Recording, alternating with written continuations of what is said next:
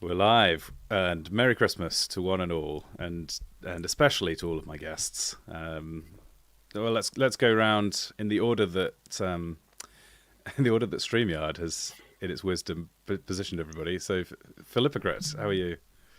I'm well, thanks. How are you, Luke? Good, yes. I don't know if I'm feeling Christmassy yet. It's kind of snuck up on me. I can't believe that it's the 18th of December already. Hmm.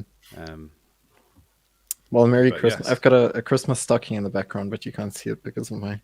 There we go. nice. Now it feels a My bit more Christmassy. my parents told me that they've put up the Christmas decorations, so when I go over to them, then I'll feel Christmassy. I think I have not bothered to do Christmas decorations for myself, but I see you have decorated under the stairs, Poe. Yeah, that was actually my husband. Ah, I guess, in remembrance of, I think it's a kind of every year tradition now that this exact holly decoration goes under the stairs for my for my stream. But also, this is where my husband sits when he does working from home, so people on his Teams chat get to ah. see under the stairs. I wonder if there's anyone who watches my channel who's also works as my husband. They'd be tipped off at once. I've wondered that before, whether people have ever recognised me at work who've also seen. Have you ever been recognised in public? Because that has happened to me on more than one occasion. A complete stranger has come over and said, "Are you Lambda?" I've had a few people tell me after the fact that they saw me Aha! in. But they It's didn't usually when I admit go it to in the moment. I'm more built up. I live quite rurally, but when I go to an urban location with lots of people, sometimes they'll tell me later. I mean, like a few times in my entire career. I'm still feeling Christmassy. I discovered I wasn't feeling very Christmassy either, and then I bought some presents and I wrapped Oh. them, and I Uh-huh. started to think about how I was looking forward to people opening them, and that's Yeah, like the Christmas feeling. I think once you've done the Christmas shopping, that's nice. for me at least. Yeah, and I guess having children, you can get a bit of the vicarious like Christmas Hmm. excitement off of them. Odesta, how are you doing? I'm doing wonderful. Feeling Christmassy? Uh, I started to, yeah, this morning I actually put on some Christmas carols, but you're not wrong that it's sneaking up Mm. because this is a peculiar year in which, if you follow a liturgical calendar, December 24th in the morning is actually the fourth Sunday in Advent. And Huh. then you celebrate Christmas Eve in the evening, and that's the way sort of historically it was done. So liturgically, it sneaked up on us. Mm-hmm, mm-hmm. Interesting. Yeah. Um, well, I think it should be widely acknowledged that Christmas doesn't really begin until after the Lambda Christmas party stream. So Oh, that's maybe the reason that I've there been you go. holding off. All the viewers, you may now put up your Christmas decorations. And to make the stream even more fun, I've prepared a quiz, and there'll be other guests joining. And I think we decided that their forfeit for joining late is that they just don't get any points for the for the quiz questions that they've missed. So the form of the quiz is that I have collected some quotes with the assistance of ChatGPT. So some of them are real quotes from Christians throughout history. Some of them are quotes from non-Christians throughout history, and some of them are completely made-up quotes that nobody said.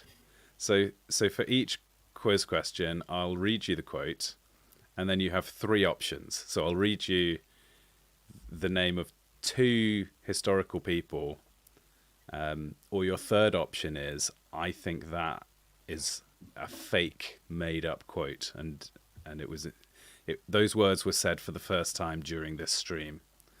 Now, I have a Um, question for you since you had yes. AI assistants. Did you tell it to make you fake quotes? Or did you realize that this was AI hallucination and go, oh, that's a great Oh, fake one? yes. I have to admit, I haven't actually verified the true answers, so it's Mm. entirely possible it has hallucinated some fake answers. I believe GPT 4.5 came out a couple of days ago, so we are working here with the latest and greatest in what some consider to be evil AI replacing Mhm. humans. So I'll let people hash that out in the comments, unless any of you want to, take me up on it right now, or even abstain from the fun quiz because it's been ruined by AI interference. But If we get it wrong, then I reserve the right to look it up to check that you're definitely right. yes, okay. The rules then are no googling the quote until after you've given your answer, and then Of course. afterwards, probably we should verify. I'll also be checking in chat, so if you're playing along in chat, the same rules apply. I don't want to see people using the assistance of search engines, which is a technology so old that nobody questions its morality.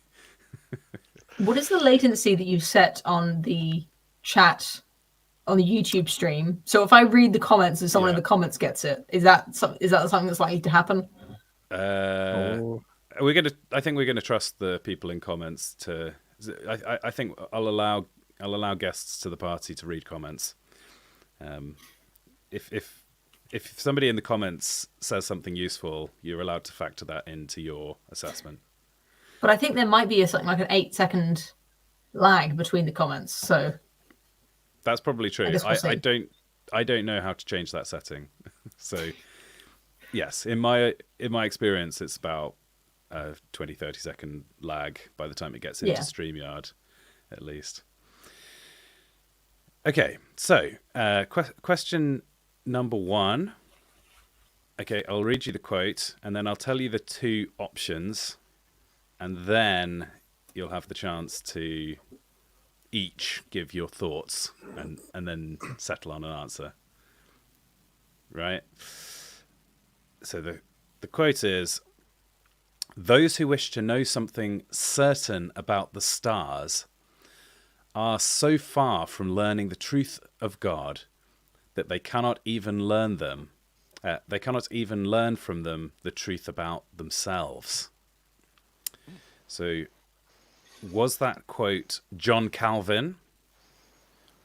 Was it Carl Sagan? Or was it a made-up quote? oh. I think We're it's too going good ver- to be made up. I didn't get good. it and thought it sounded. I thought it sounded like gibberish, so I didn't quite follow Gibberish. that. So I can read it Can we hear again. it again? Yeah. "Those who wish to know something certain about the stars, ... So there's an ellipsis in the middle of the quote, implying that it's been edited. So those who wish to know something certain about the stars ... are so far from learning from them the truth of God that they cannot even learn from them the truth about themselves." Okay. Themselves, the people who wish to learn something, not them. Okay. I think it's probably meant as a dig against kind of astrology, Oh. Okay. I assume. So I it's was like, That thinking was how I about took it. astronomy. Although, interestingly enough, it's possibly not a dig against it, but I'll get to that in a bit. oh, interesting. Okay, well, it sounds like you should answer last because it sounds like you might know. And I'm curious. All right, so Philip, do you want to guess first? Yeah, well, I thought of it as a dig against astrology, and I mean, I don't know if I can kind of imagine Carl Sagan saying it. I think, Okay. yeah, Calvin is also pretty good. I don't know, but to me, it's too realistic. If it's been edited and it's got ellipses, then it's definitely a real quote. Okay, so you're saying confidently it's real It's real. and plausibly is Carl Sagan. No. Well, actually, I prefer John Calvin. I'm gonna go Oh, with you John think Calvin? Yeah. Okay. I'll go in with Sagan. You're going Sagan. In Okay. chat, TXR says GPT nonsense. Or Sagan nonsense. Audacity, what do you think? Yeah, so here's what's interesting. In and around the time of the Reformation, apparently there was any number of smart people. So Philip Melanchthon would have been one of them. I don't know what John Calvin thought, but there were people who thought that astrology was a very legitimate science And far from contemporary Christians who would say, come on, this is idolatry, you shouldn't do this. And I generally tend to think that's probably right. But they would say, no, the stars is God's, like, this is one of the ways that God communicates is through this astrology thing. And so they didn't see the conflict between faith in, the Bible as the ultimate authority, and then maybe stars as like a secondary authority. So possibly it's not a dig, is what I'm saying, if you read it a certain way. But I'm going to go John Calvin because I think if it's Carl Sagan, he's kind of inhabiting the body of somebody who would care about what God says. And generally, I don't think he did. Okay, I can reveal the answer. Johnny the Great says Bobby Charlton. It's not Bobby Charlton. It was John Calvin. Although maybe somebody could just Google it and check that it's real. But it sounds like it fits. It's something John Calvin maybe would have said. I think Audacity was just copying me. I think that's unfair. just kidding. That's not true at all. But He really blagged quite a lot of extra information from your answer, if that's true. yeah, I think to play this game tactically might be better to say your answer before explaining why you're right. If you don't want other people to copy your answer. Or if you don't know the answer, you could drag other people off into your into your made-up answer. All right. Ready for the second question?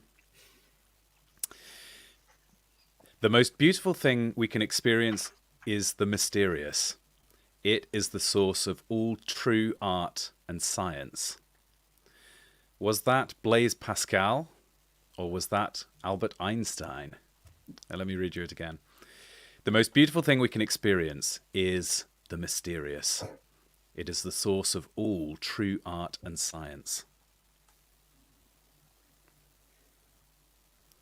Pascal, famous mathematician and theologian, I believe. Albert Einstein, famous mathematician and scientist. theologian. ChatGPT nonsense is not an option this time. It is. I noticed. It is. Oh, it is? Okay. Yeah, I it's think it was always an Pascal option. anyway. But I Very Pascal. won't say why. Didn't Albert Einstein once say that God doesn't play dice?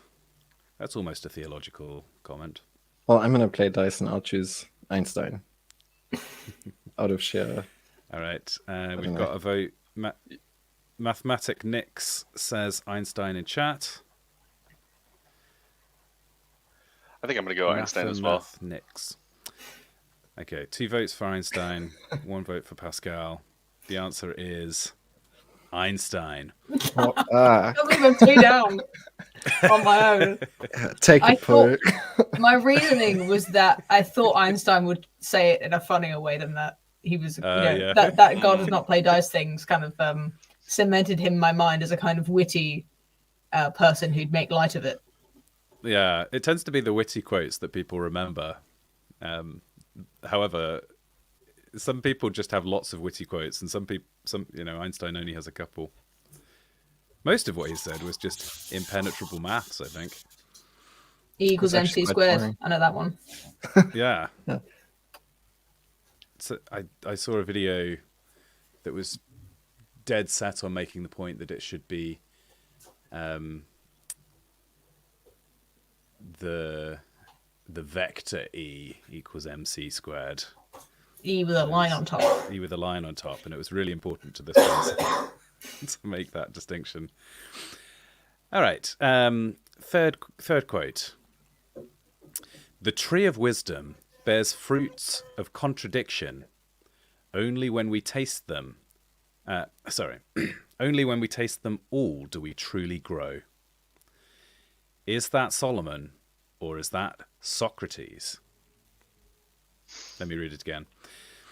The tree of wisdom bears fruits of contradiction. Only when we taste them all do we truly grow. I think it's a Lambda original.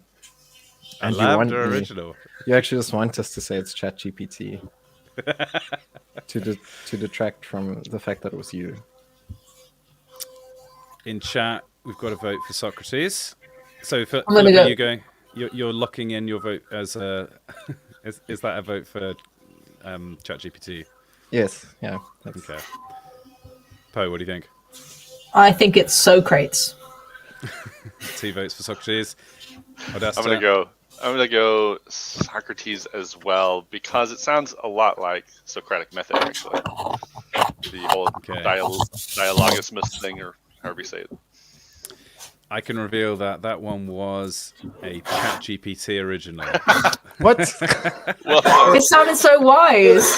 Well done. I was like, yeah, that is. I was thinking that's so true. Turns out ChatGPT very good at imitating Socrates. I'm gonna make sure Socrates didn't say it.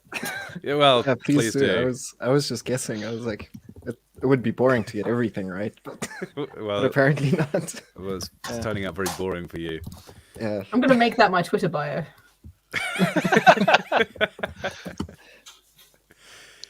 All right. Let me read you the next quote. Love is a lantern in the dark. It does not show everything, but it guides us where we need to go.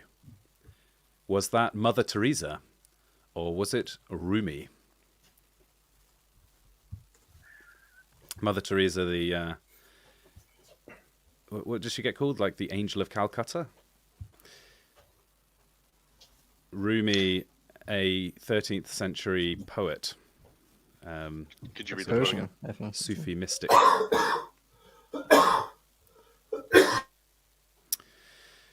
Okay, the vote in chat is Rumi. Could Let's you go read in the- reverse order. Audacity, do you want to guess first? Sure. Could you just read the quote one more time? Yes. Love is a lantern in the dark. It does not show everything, but it guides us where we need to go. And the options again were Mother Teresa, or Rumi, or was it another ChatGPT invention? Oh, Black Horse is here. I'll be making a complete guess with this one, but it's hard for me to pick ChatGPT because it just feels like, how would you ever know? That's the problem with these things. I'm going to go with Mother Teresa. Okay. Black Horse, do you need to be caught up to speed on the game? I do. I've got a quiz where every round I read a quote, and the quote might be from a famous Christian figure from history, might be from a famous non-Christian figure from history, or the quote might have been made up by ChatGPT. So There you go. All right, let's do this. yeah, it should be fun. Well, it's been fun so far. I'll tell you what, you can join in on the next round. Let's finish off this one. So Audacity went Mother Teresa. Poe, what do you reckon? Mother Teresa. 2 votes Mother Teresa. And Philip. I think Rumi is a Persian mystic, and I think he incorporated, if I remember this correctly, a lot of like Zarathustrian religious elements into his poetry. But I might be completely wrong. But that's why I'm going to go with him, because it's got a lantern in the image. Well, I can tell you that it was neither of them, because it was ChatGPT. So 0 points that round. 0 points for humanity, unfortunately. Well, now it's getting interesting. Yeah. I thought it sounded a bit vapid. That's why I said Mother Teresa. You've been listening to too much Christopher Hitchens. All right. Here's the next quote. Truth is stranger than fiction, but it is because fiction is obliged to stick to possibilities. Truth isn't. Let me read that again. Truth is stranger than fiction, but it is because fiction is obliged to stick to possibilities. Truth isn't.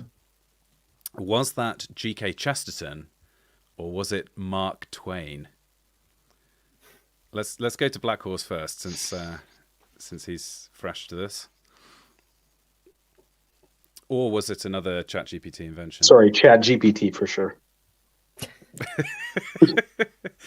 Wow, he's going against the gambler's fallacy here, because we've just had two ChatGPTs in a row, but maybe that's exactly why I put these in this order.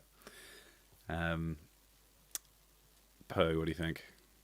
Oh, I think I've heard the quote, so I don't think it was ChatGPT. Although I am going against my own rule of explaining my answer. I just couldn't help myself. I think The stream is it a lot more was- interesting if you explain your answers. I think it was Mark Twain. Okay. Odesta. I have a feeling it was probably Mark Twain as well, and I should just stick with that. But I love the quote so much, I want to say G.K. Chesterton because I like him better. So I'm gonna go Chesterton. He deserves it, whether he came up with it or not. Philip Gret. I had exactly the same thought as the Audacity, so I'm also going to go with G.K. Chesterton. On my let's own have a look again. in Chat. Mathemath says it was a ChatGPT.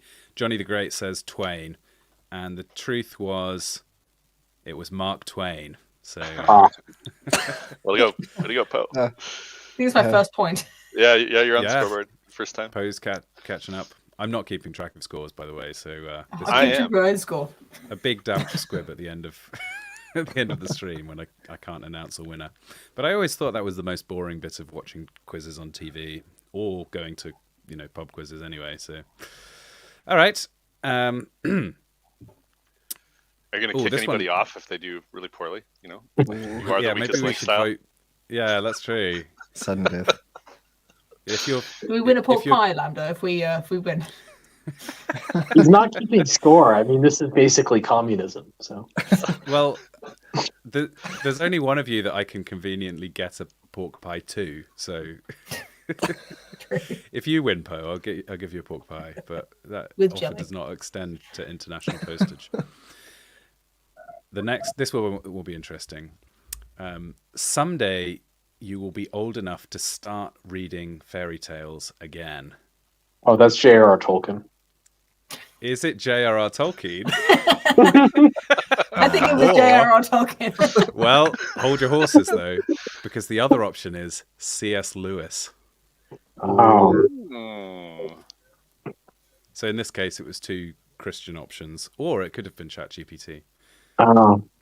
maybe. Yeah.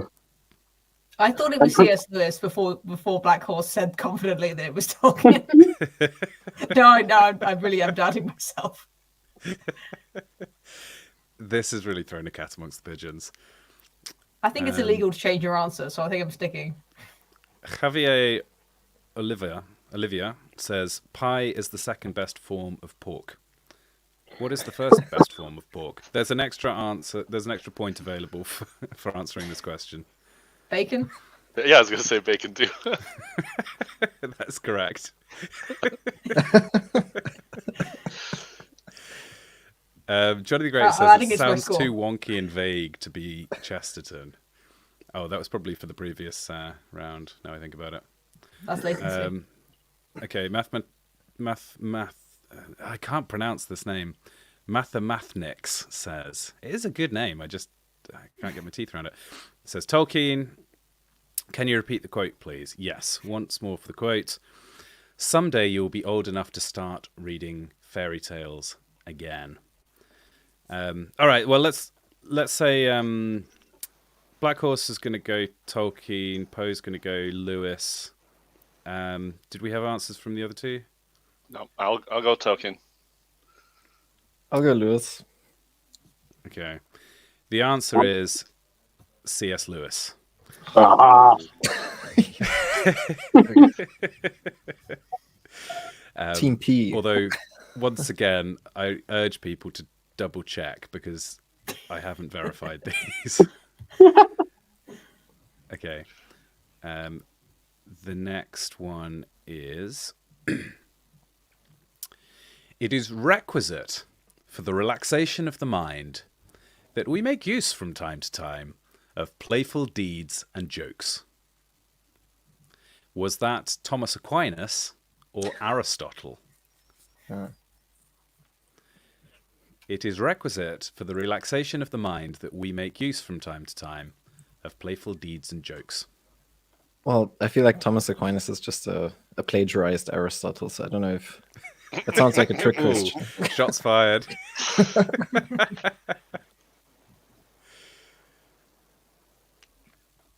So I'm gonna go with Aristotle. You're going Aristotle. Okay. Yeah. There are times when I really wish I had actually read Aquinas. Well, apparently, just read Aristotle, according to Phil. Yeah. I'm gonna go. I think Phil's right. I don't know, but I'm gonna say Aristotle as well. 2 votes for Aristotle. Yeah, it's too whimsical for Aquinas, I feel. But I'm going to go with GPT nonsense this time. Okay. Yeah, I'm going with GPT nonsense as well. This doesn't sound like GPT something a wouldn't- serious person would GPT say. wouldn't use the word jape.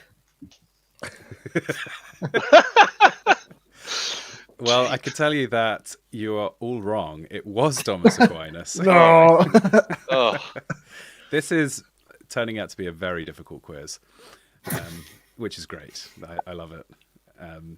But yes, I did ask for quotes that would be surprising. So see, I would expect an Aquinas quote to be something like this. It is requisite for the relaxation of our mind to be A, a user of playful deeds, B, a user of playful words. This is the problem. yes, that's true. Maybe that quote was found from some margin note rather than, his published materials. Okay. Be the change that you wish to see in the world. Was that Francis of Assisi, or was it Mahatma Gandhi?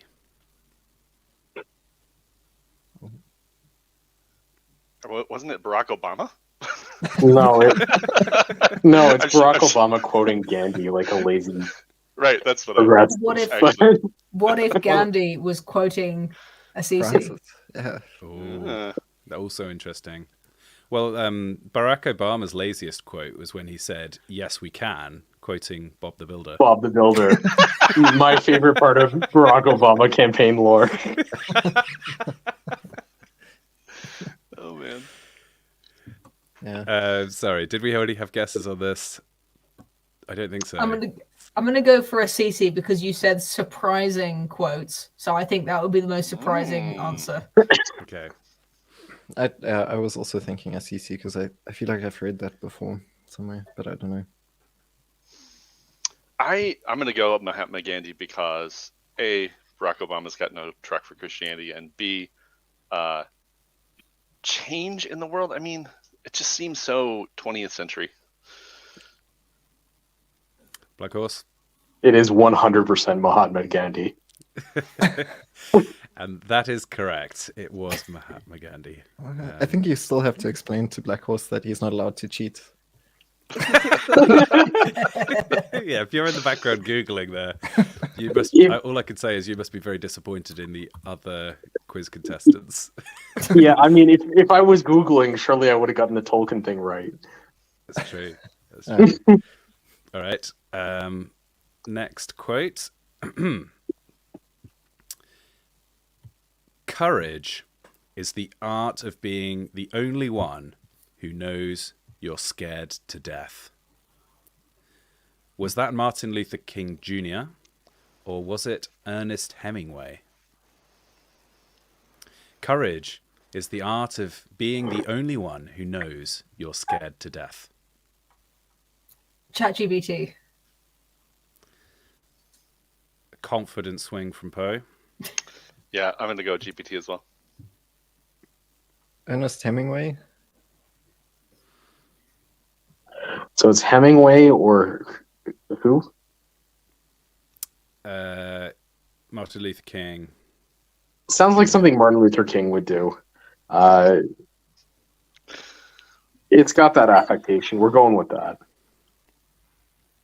The thing that By the way, made me think people it got might the be Gandhi Hemingway. one right on the last. In chat, people were getting Gandhi on the last one correct. People seem to be leaning GPT here because it's a clunky quote. Hemingway likes to use like short, direct, sort of Germanic words, so it's got that going for it for Hemingway. But I still think "scared to death" is a little bit too trite a phrase. Is this kind That's of thing right. that GPT It would seem- chain together? It seems like something either GPT would do or Martin Luther King would do. They're kind of their parlance is kind of indistinguishable in my mind. So ChatGPT has been reading Hemingway. The thing that I think is the thing that fails about the quote is the only one. I mean, anyway, go ahead. So It if just you doesn't guys- make sense. You if don't were copy appreciate editing, literary what would you genius. change it to? So, okay, the art of, or the courage is the art of, a proper way of, like, I think getting across the intent idea would be, courage is the art of being the only one who knows you're scared to death, not the only one who is scared to death. Oh, okay. That's my bad because I read it wrong. Oh, okay. Courage is the art of being the only one who knows you're scared to death is the actual quote. So, Okay. Sorry. I read it wrong. Well, But, then maybe I will does go with that change your MLK answer? Jr. then. Yeah. Okay. And in chat, yes, okay. The correct answer was it was a fictional chat GPT. So I successfully knocked you off course there, which is really, as the quiz master, that's my aim here. I want All right. you guys to all get as many Who wrong stuck as with that? possible. Who stuck That's with Poe, GPT? I think. Poe went did- with yeah, that's right. GPT. Yeah, good job. Oh Yeah. man. Poe's zigging when everyone else is zagging, and it's now seeming to work out. So, okay. Next quote: "That which does not kill us makes us stronger." Was that Friedrich Nietzsche, or was it Dietrich Bonhoeffer? I might need Phil to correct my German pronunciation on those names. It was fine. I think it was the Green Goblin. I think that's. Oh, That can't be right though. Isn't that like a crappy translation of a samurai idea? Ooh, well, that's interesting. I don't know. It's That's very how I've heard it plausible. referenced anyway. Like a It's very- Shinto Buddhist thing. It's very possible that these quotes were not original to the people that they're being attributed to. So, yeah, I don't know. Your job is to match the answer that I have written here. That was true of many Mark Twain quotes. He was a kind of a collector of quotes who often really? repeated things he'd read, but those Huh. people were less famous than him in our time. So we often attribute things to Mark Twain that weren't original to him. That's all right. On my Twitter today, I was out encouraging people to plagiarize me. So, what can I say? I think it was Nietzsche. Well, I don't know if I think that. I was trying to be too clever last time when I said it wasn't Gandhi originally. So this time I'm gonna say the basic answer, which is Nietzsche. Nietzsche. Yeah, I'm also Nietzsche. I'm going Two Nietzsche too Nietzsches, because another Nietzsche. Bonhoeffer would have not. He just wasn't all Yeah, that he wouldn't have said conservative that. dying. Yeah. He wouldn't have said that. I think it's got to be Nietzsche. All right. Well, you were all correct, so I'm very disappointed. If we're all correct, it's the same as none of us being correct, to be honest, in Basically, yeah. terms of Okay. points. The next quote is, "A sad nun is a bad nun. I'm more afraid of one unhappy sister than a crowd of evil spirits. What would happen if we hid what little sense of humour we had left?" Was that penned by Teresa of Avila, or was that penned by Jane Austen? Let me read it again. "A sad nun is a bad nun. I'm more afraid of one unhappy sister than a crowd of evil spirits. What would happen if we hid what little sense of humour we had left?" Teresa. All right, Teresa of Avila from Poe.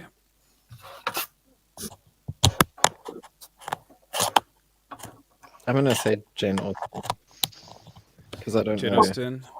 Jane Teresa Austen that is also well. coming in from chat. I'm tempted to say GPT, but I don't know how you would write a prompt to get that. So I don't think it's prompt for GPT. anything. I'm going with Teresa of Avalon. Odesta. I'm going to say GPT. The answer is Teresa of Avila. Oh, Nailed it. I've Stuff got the 6 land. points if anyone cares. Very good. Let's Now just here's where I assume need to that's learn in the lead. something. Here's where I need to learn something. I don't even know who Teresa of Avalon is. Neither do I. Well, neither do I. So Oh, okay. Well, there you go. I'm also going with Teresa of Avalon because I think it's more interesting. So Oh, Wait, instead of whatever. let's have a look. So Avila seems to be a place in Spain. Yeah, I think she started a monastic or a nun movement, Nunnery. like a monastic movement. Yeah. Again, I think Jane Austen was a very good writer of stories and a very good writer of sentences. And although I appreciate the sentiment in the quote, it didn't have that really nice rhythm and Yeah. wit that Austen would have put it into it. I confirm as I tried to read it that it was not enjoyable. An adventure is only an inconvenience rightly considered. An inconvenience is only an adventure wrongly considered. Now that is a well-turned sentence. Unfortunately, there's only 2 men who could have written such a gem of a sentence, and they're both of your options here. So was it G.K. Chesterton or was it Mark Twain? Again. that's Mark Twain. That's got to be. I'll read it again.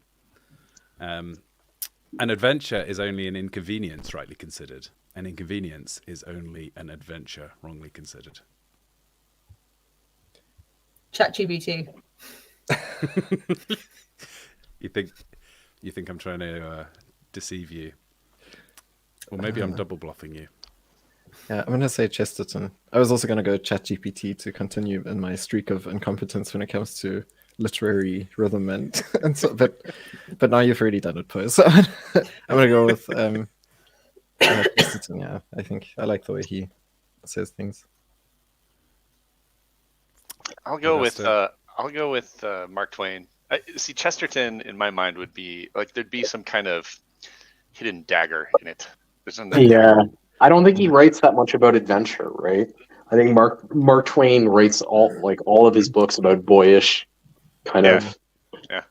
I think Mark Twain as well. The points this round go to Phil.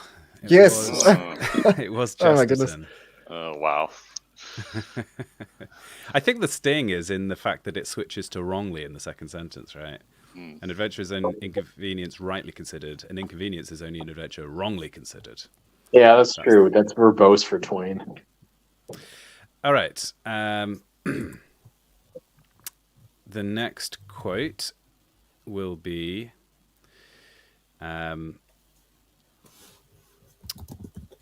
let's go for this one.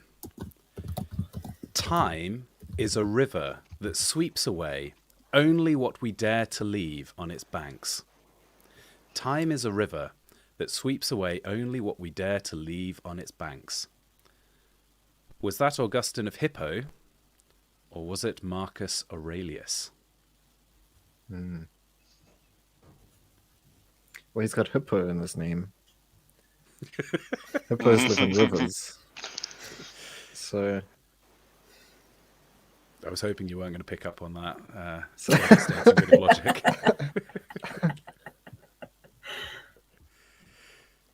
I'm gonna go with Marcus Aurelius. I agree with Phil. All right, two votes for Marcus. I'm Mr. going with Aurelius. Augustine. Okay. I'll go Marcus Aurelius. It does sound very stoic, but The answer is ChatGPT. So once again, humanity is doomed. This is another reminder. I was so happy that I threw Black Horse off with my genius Hippo move, but I threw myself off. You didn't think outside the box. No. Okay, this one's fun. Whoever drinks beer, he is quick to sleep. Whoever sleeps long does not sin. Whoever does not sin enters heaven. Thus, let us drink beer. Martin Read it Luther. again. Didn't want to Got a say it. reputation.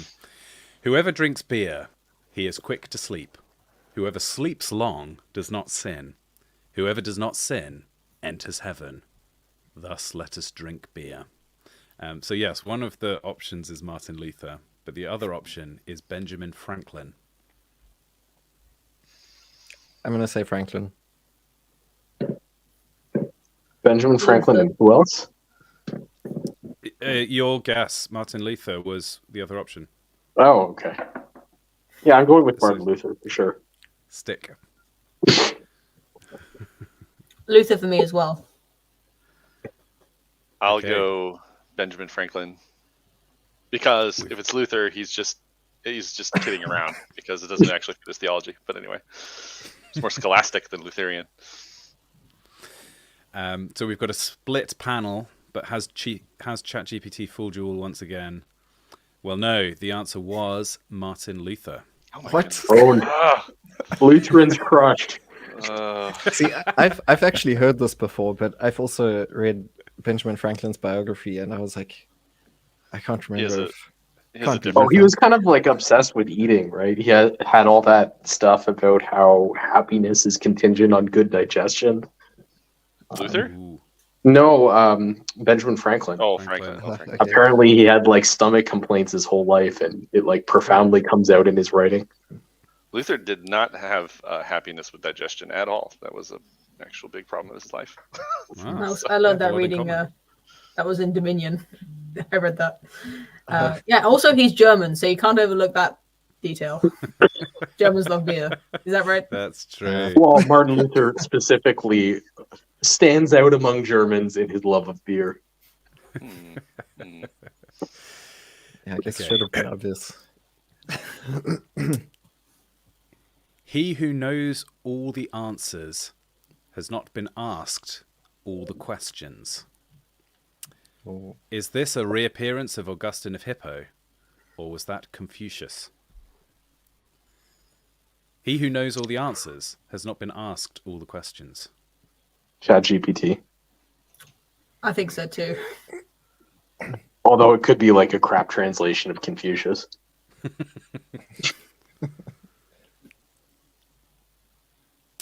Modesta, what do you think? I'll go Confucius just to be contrary, although I kind of think it's GPT. I'm going to say Confucius as well.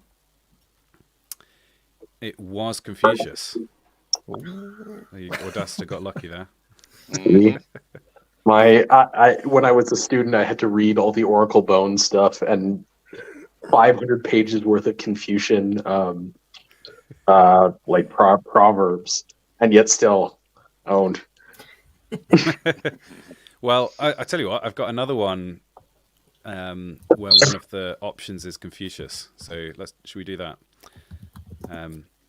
To acquire knowledge, one must first admit to the vastness of one's ignorance. That's So just it's like not the other one, Confucius. but with better words. Yeah, I keep thinking Socrates, and then he's not on the list. So was that's that kinda sad. Confucius, or was that Thomas Aquinas? Let me read it again. To acquire knowledge, one must first admit to the vastness of one's ignorance. I think that's Aquinas. If it's Confucius, it's a translation, and that doesn't sound like a translation from Chinese to me. That's really all I'm going Well, on. it'd So I'm be going a to say translation Aquinas. for it'd be a translation for Aquinas as well, right? He didn't Oh, write right, it. right. Good point. Yeah, it would be from Latin probably or something. You could probably. Those words sound kind of like, like they've taken the Latin. Yeah, I was going to Latin say you version can of words. probably read the tea leaves with an English text to figure out which language it was translated from. That would be quite a fun Yeah. thesis. You I need bet like ChatGPT would know how to do it. well one of the things that's interesting, like, it's not so bad. If you read Russian translations, they're brutal because the differences in the way punctuation is done. So, like, bad Russian translations will have giant run-on sentences that sometimes go on for like whole paragraphs. Well, I think the quote begins with acquire, and Thomas Aquinas' second name starts with acquire. Hmm. Hippo epistemology. Yeah, yeah. I think it's gotta be. It's the same. Epistemology. Epistemology. I'm going to go with GPT. Okay, are all the answers in? Let's see what chat's saying. What did Phil say? You said Aquinas. Yeah, I'm gonna go with Aquinas with my epistemology. That's good. The answer is it was fictional. It was made up by ChatGPT. So I think somebody mentioned that that's a better wording of the actual Confucian one. So I think that's the entirety of Confucian religion defeated in one fell swoop. Okay. Here's the quote. If any man thinks ill of you, do not be angry with him, for you are worse than he thinks you to be. Was that Charles Spurgeon? Or was it Oscar Wilde? Oh, Wild. yeah. Sounds like something Spurgeon would say, though. It sort of depends on how I read it, right? Because if I read it as a serious comment, like if any man thinks ill of you, don't be angry with him, for you're worse than he thinks you to be. That sounds like Spurgeon. But if I read it with a twinkle in my eye, it sounds like Wilde. I mean, I'm going with Spurgeon. We'll see. That sounds like you're patting yourself on the back for crafting this question, Luke. I'm not, because I didn't craft it. I just got it from ChatGPT. Oh, okay. I thought you came up with the options though. No, I the whole thing start to finish was Wow. a creation out ex nihilo by well, no. Whoa. Yeah. It feels like every time I cross Poe, I get it wrong. So I'm going to go with Wild this time as well. Black Horse, you said I'm going with Luther, Spurgeon. and Philip, you said Well, I'm going with Oscar Wilde. It sounds kind of Wilde. like one of his. I'm out on an island here by myself. Yeah, in the wild. Mathematics says Wild. Hello says Wild because it's easier to spell his name. And the actual answer was Charles Spurgeon. So Oh, good job. Oh, well done, Black Horse. I'm gonna look up who that is. Right. By the way, I have been keeping score if anyone wants to know. Have you? I have. Good job. Yeah. Oh, Yeah. Okay. So- Let's stop for an update on score. So Philippocrit is either in the lead or tied, depending upon how you reckon it. Okay. So he's got 7. Okay. oh, Poe has 6, but she was the first to jump in with Bacon. So if the bonus point counts, she's tied for first with Philippocrit. oh. I've got 6. I think we should count the bacon, but you're very graciously not giving yourself a point because you also said bacon, but you just said it second. She jumped in first, so. All right. But I got 6, and Black Horse has 5. So we're going to Okay. give her the Bacon point officially. There we go. I can win without you letting me win. We're not Give letting yourself you a win. bacon point. All right, I'll give myself a Bacon point. Fine. Let's hope the bacon points are not decisive because that was a whimsical addition to this very serious quiz.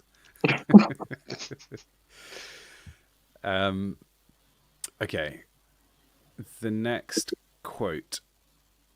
I've not sorted these very well, so I'm just making sure I don't repeat any of them. Okay. Faith is the compass in the storm, unswayed by the winds of doubt. Was that Billy Graham or was that Victor Hugo? Let me read it again. Repeat the quote, please. Yeah. Faith is the compass in the storm, unswayed by the winds of doubt.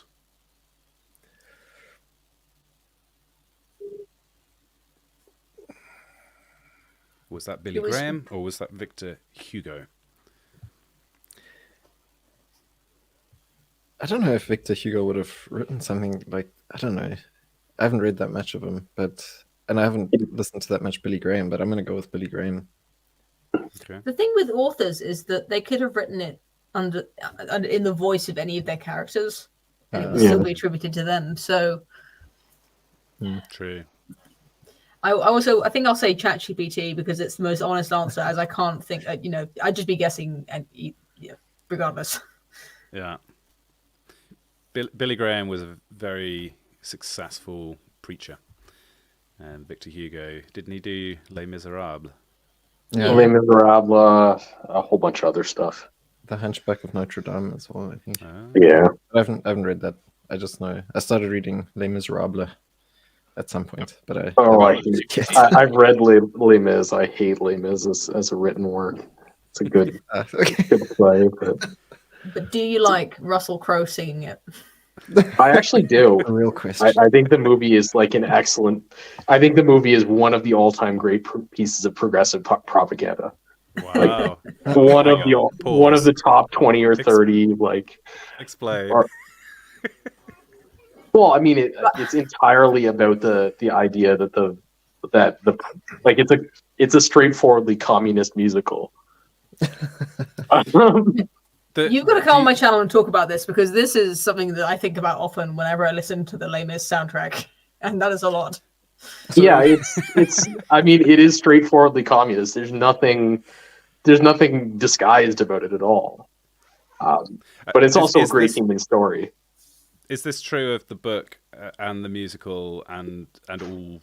Well, the versions book of it? is like an older version of progressive propaganda. So it's like French Revolutionary propaganda. So a huge chunk of it is anti-clerical in nature, right? So the character of the priest that you see in the musical, in the written version, is intended to be like, it would be like if you wrote a character of like the absolute perfect, unselfish, progressive billionaire, intending to point out that nobody is like that. Right. So he Ooh. writes this priest in a way that is like completely implausible. You're not supposed to identify it with reality in order to demonstrate that the priests of the Catholic Church don't like live up to what their calling should be. But could you not say the same thing about Jean Valjean, since he is the only criminal in history who would reform if you gave him all of the silver from the chapel? Well, I mean, so the assumption, like, the communists are clearly the good guys in that I mean, in that play. yeah. But in my Yeah. reading, the Russell Crowe was correct. No, Russell Crowe, what's his Yeah. character? Javert. Javert was correct because based on his knowledge of criminals, he was correct to mistrust Jean Valjean, the only criminal to ever reform into becoming the. This is like your. But 12 doesn't even Angry Men reform take. though. He participates in a communist revolution. But within Yeah. the conceit of the authors, the communist revolution was a good thing to get. It was a good involved with, right? thing. There you go. You can tell because the music about it is written in a major key. So Yeah. unlike Stars, which is the song of the villain. Yes, explaining minor keys are this evil. evil perspective. And that's why I say it's like an absolutely first-class propaganda piece. The music is like a critical element in that. Anyways, back to our quote. I'm going with ChatGPT. I'm not going with Hugo. I'm doing ChatGPT because it's extremely vapid. Well, I hope you do go on Poe's channel and discuss this because I don't think we've got to the bottom of that topic yet. But all right, let me try and remember. Has everyone answered? I think Okay. so. Yeah. So yes. Phil, what was yours? Billy Graham. I'm going with That's Billy right. Graham. The answer was it was a made-up ChatGPT answer. Yeah, it doesn't have the voice of Billy Graham, and it doesn't sound like it was written in French.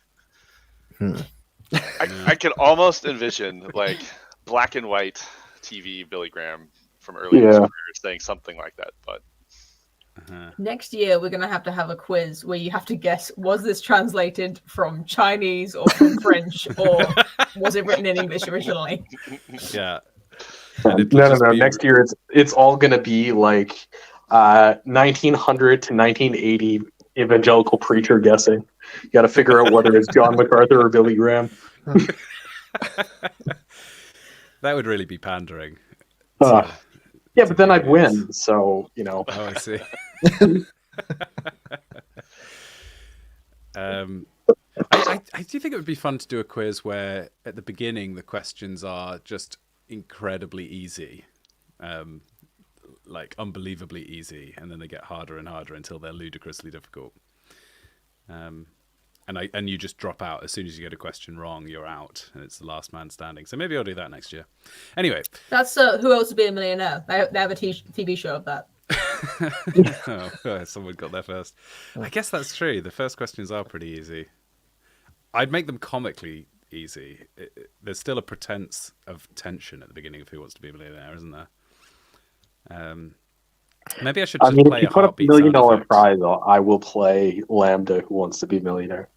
Oh, it's Pharaoh. Hey, Pharaoh. Welcome. Hello, Pharaoh. I was just watching the Christmas ads stream, like my favorite time of year. Yeah, I also was watched as it well. earlier. It's considerably funnier than this stream. So congratulations. Ouch. But Pharaoh's here now, so he can bring his jollity.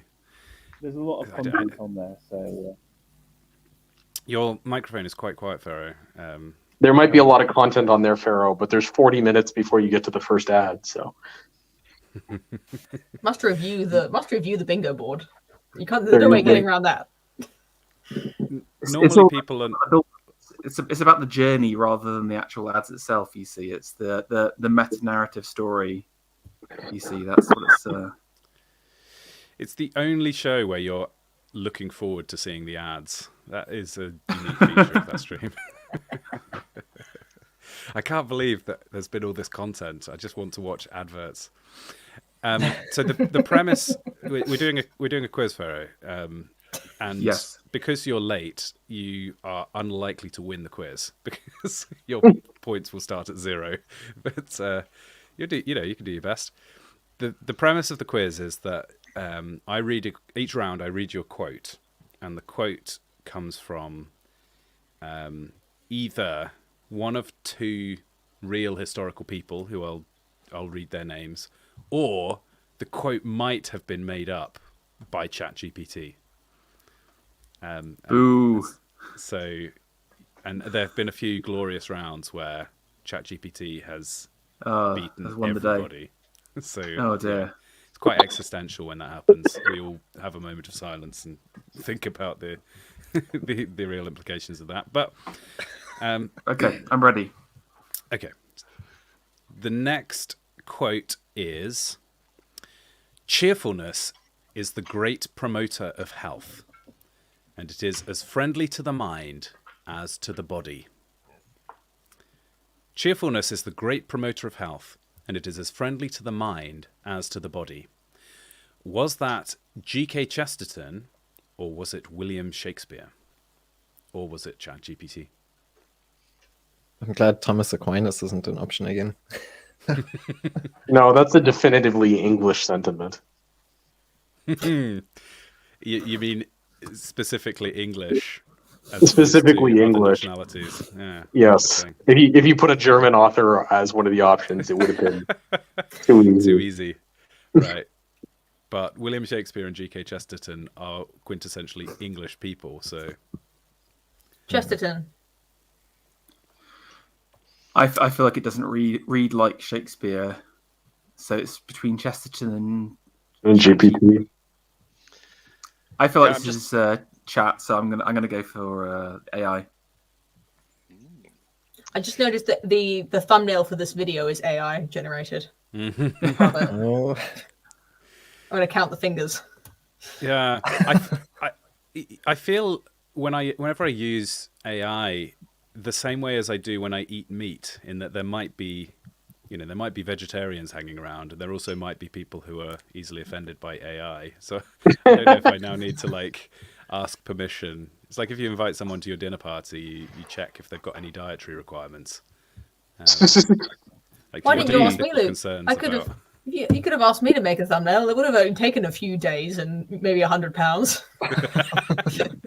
Well, I'd pay £100, but I usually only realise that I need a thumbnail for my streams seconds before going live, so that's the real constraint.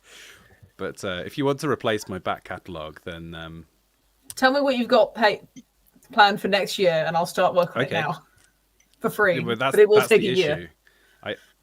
I don't plan ahead that far. I've already or at given you least the if idea. You just have to guess whether it was a quote that's been translated from Chinese, Okay, French, I'll or it was in have English. one thumbnail for £100, please, for a year. If that's hopefully that's enough time. If you've got some annual leave planned next year, then you can work on it. Has everybody guessed this one? I'm going with ChatGPT. Okay. I'm going to put my faith in humanity one more time, and I will say G.K. Chesterton. What would be worse, do you think? Would it be to claim that a real Chesterton quote was made by AI, or would it be to attribute a ChatGPT quote to Chesterton? Or is the fact that there's... I don't think either of them scripture in this- are shameful particularly. I mean, ChatGPT is just drawing from a pool of stuff people have written. It might successfully sound like Chesterton for a sentence or two. If you asked it for a Chesterton quote, it would read all of Chesterton in order to produce it. Yeah. If you asked it to produce a new one, it would probably just string together two kind of similar sounding parts of a sentence. I'll go with Chesterton as well. Okay, I think that's all the answers in. So I can reveal the correct answer was G.K. Chesterton. It was authentic. Oh, Take that. Was that just You've you and me, betrayed Bill? your own. Yeah. And I think Poe as well. Oh, Poe? Yeah. Well, she was doing an air. Yeah. I went down. Yeah. Yeah. Okay. Hang on. I've got my quotes a little bit mixed up. Right, let's do this one. Be yourself. I've just looked at the answers. This is okay. No, I won't give any commentary. Be yourself. Everyone else is already taken. Was that Oscar Wilde or was it C.S. Lewis? Oh, that's Okay. Oscar Wilde for sure. yeah, agreed. I feel like I've seen that on a t-shirt. Like, I really thought it was just a catchphrase made up by some like company trying to sell merchandise. It's sad to think that Oscar Wilde in today's age might have ended up working for Hallmark. Yeah, I'm sure he would. He'd be like a shit tier ad man. Come on. I mean, I think I just on sorry Phil. I think Wilde is one of the most overrated people ever. Wow. He basically produced like really nothing of worth whatsoever, and is only like perpetuated by his little witticisms. There's something of like the Stephen. Well, that's why I Fry put him at like a low tier ad man, right? Interesting. Stephen Fry, that is a low blow. Yeah. I think It's the same you've got it completely wrong.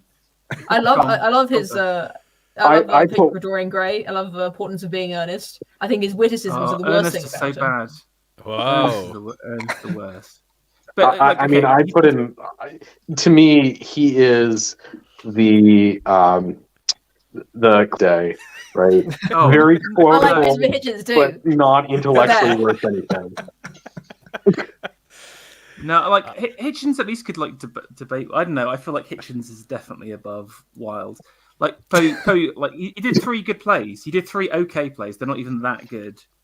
I One also of enjoyed few- The Hitchens' laughter opinions. is good for the body and for the mind. Didn't you know? I mean, You know, he's- the- Wilde isn't Wilde primarily famous because he was a homosexual? Isn't that like the reason why he's I mean, he's known for his plays first. That's how he kind of got popular right? in But the UK. the reason the theater people love him and always perform his plays is because he's a homosexual. No, I think there's Well- something. unique Well, about his that's writing why style. so you have to understand Yeah, go ahead. When you host a theater festival, there's a very particular reason why all the plays are chosen and why certain authors are always chosen and certain authors are never performed. Right? If you wanted to go and watch a Greek play, it would take a lot of work to find one. But if you want to go and find an Oscar Wilde play, you'll find someone somewhere in London. There will be one on this weekend. Hold on a second, but by that logic, we should just be seeing Greek plays all the time because, I mean, that's the gayest culture ever created. So, You haven't seen that video by Leather Apron Club then? Oh my goodness. Pharaoh's not wrong. In fact, it's worse than you think. But no, Oscar like Wilde plays are good. I feel like there's a crossover between the pickup artists and the kind of stoicist Marcus Aurelius stands. I'd like to see that. I wonder if there are stoic pickup artists out there. Yeah, exactly. I think it'd be so good. Or what about this? Imperial Emperor becomes pickup artist for the day. I think that'd just be great. Anyway, Wilder's overrated. I'm with Poe on this. I quite like Oscar Wilde, and I also quite like Christopher Hitchens even. So that. I mean, obviously, I disagree with him, but I always found him very entertaining. I think if I put my hand up here and you put your hand down there, we could, and then if Phil would participate. Hang on, no, I can move. Wait, there we go. Oh, nice. You still did it wrong though. This way.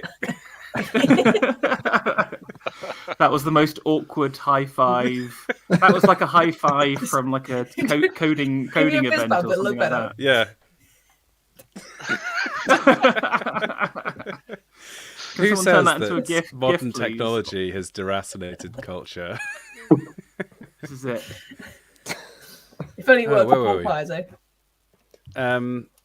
So the quote was, "Be yourself, everyone else is already taken." And I think everyone was agreed that that was a C.S. Lewis original. I think Mr. Tumnus pranced out and said that. I bet ChatGPT could do an excellent what if the Lion, the Witch, and the Wardrobe was written by Oscar Wilde. Oh. That is interesting, though, that you mentioned a character from his books might say something kind of similar. No way. But it's not plausible. It's not plausible. I mean, anyway, you're right, probably. But yeah, I'm gonna go Oscar Wilde as well. Wild. I'm also Wilde.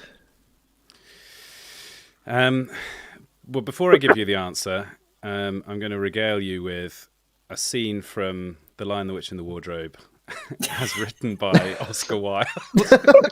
Yes. Okay, do it. In the heart of the enchanted forest, where the trees whispered secrets of ancient magic and the snow lay thick upon the ground like a blanket of forgotten dreams, young Edmund found himself quite lost. He was not, however, perturbed in the slightest, for he had always considered the prospect of an adventure far superior to the mundane security of knowing one's way.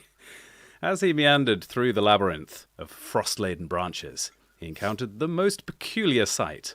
A figure, regal and imposing, stood before him. It was the White Witch, though he did not know her by that name. This is not as thick with witticisms as I was hoping. I think it started off quite wildish, and then it kind of lost. It kind of gave up and just started going into fail. ChatGPT, badly done. I hate that with the AI voices as well. They often sound quite good at the start, and then they just mutate into just sort of generic. Yeah. Good. Well, I'm glad we've done a bit of AI bashing to offset my moral lack for having used it in the first place. So yes, the answer was it was Oscar Wilde for that last quote. As nobody's surprise. I think I've heard it in the B movie as well. Okay. In case anyone's interested. Was the B movie a Wildean script?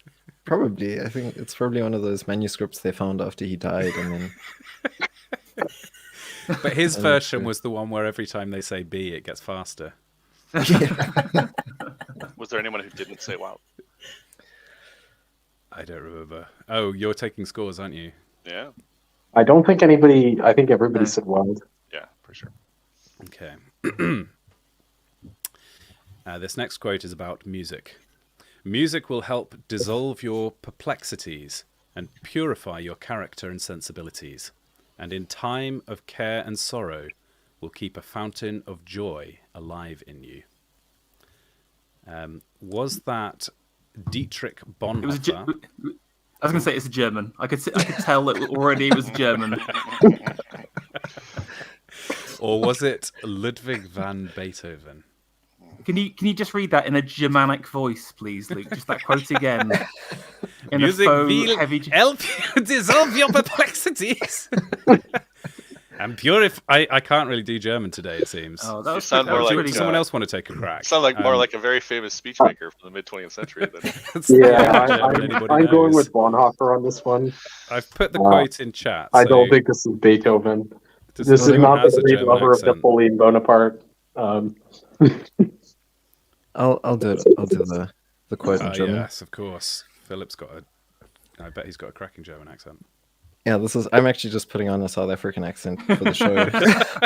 But when I actually speak, I would say, Musik will help to solve your perplexities and purify your character and sensibilities, and in the time of care and sorrow will keep a fountain of joy alive in you. That was very Freud. I love Very it. good. That was very good. Thank you. If only you could monetize the German accent somehow. But I've been very much shown up there.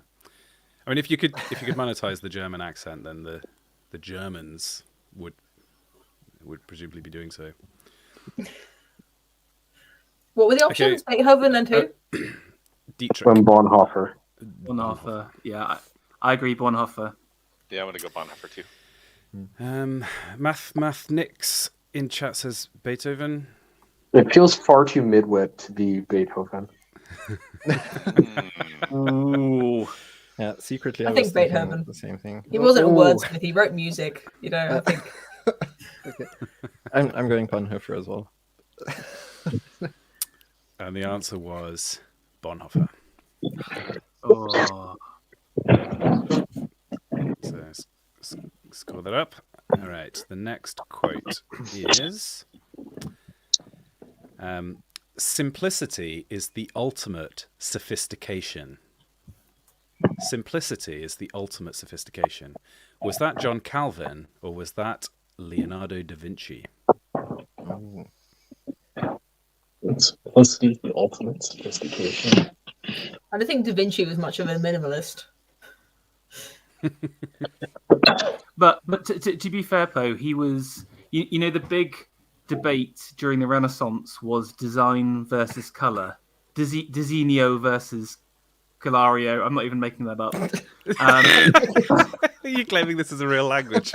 No, this is the Italians, and the Florentine school was they're obsessed with design, the idea of purity of form and line, and the balance of space, while the Venetians were colorists, and so there is maybe there is something about purity of design and line that Da Vinci could go in there. So I'm going to go for Da Vinci because of that.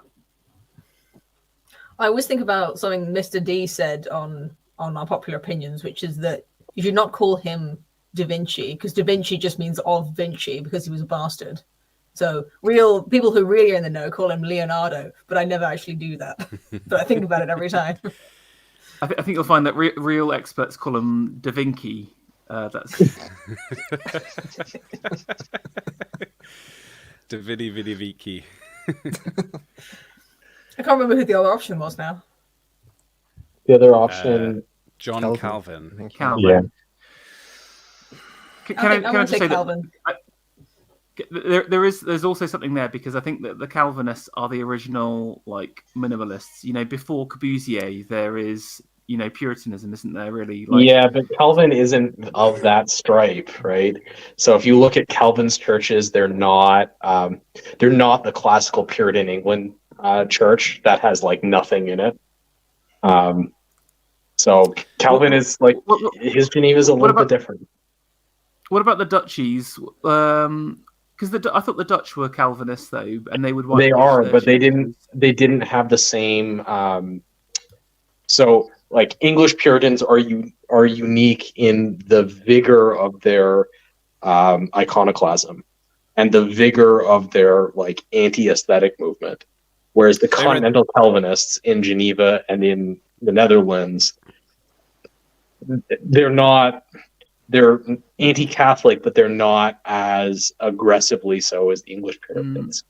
And I think from what I've seen, if you see a lot of the Dutch masters' paintings of their churches, it's like they've been all whitewashed. They're totally stripped back, just as much as a English church would be. But maybe I guess it's like the Netherlands is a funny place because it's obviously got lots of different, like groups. Yes, it's been conquered many times. I'm gonna find a Cantons or picture of one of something, those I think. churches now. No, that's Swiss. Oh, all right. Yeah, I'm gonna go for your boy Leo the Twinkie. I'm gonna go Leonardo as well. I mean, context matters a lot, but Thanks. I Thanks, think Leo. that Calvin I was thinking writes almost that like is the real highbrow way of referring to. Sorry, Calvin almost writes like a Reformation style Aquinas in his like absolute drill down into detail. So Yeah, I'm going with ChatGPT. I don't think either of these two figures would have said that. Oh. All right. And what did people say in chat? Leonardo, definitely. Da Vinci. And the answer is chat are correct. Leonardo da Vinci said simplicity is the ultimate sophistication. By the way, Can I've I- never can I actually just- read anything Leonardo wrote, so Me neither. Yeah, can I just Correct. disrail everything and show you a picture I like it. from the golden age of Dutch painting. Yeah? Just to kind of right, show you, it's and in there's chat. loads of them like this. It's in chat. Sorry. Okay, yeah. Let me... I do need some context for why they're sitting on the floor. Oh, I mean, they're so Puritan that they like chairs Yeah. are pure. Moral. Exactly. well, But if you look at like actual pictures of Dutch Oh, Reformed churches in Holland, they're mostly pretty nice stone structures. You don't have the English like Sorry. Oh. the English wooden hall with like bare bones pews. There's some European influence to it. There you go. That's the one I was looking for. Sorry. That's okay.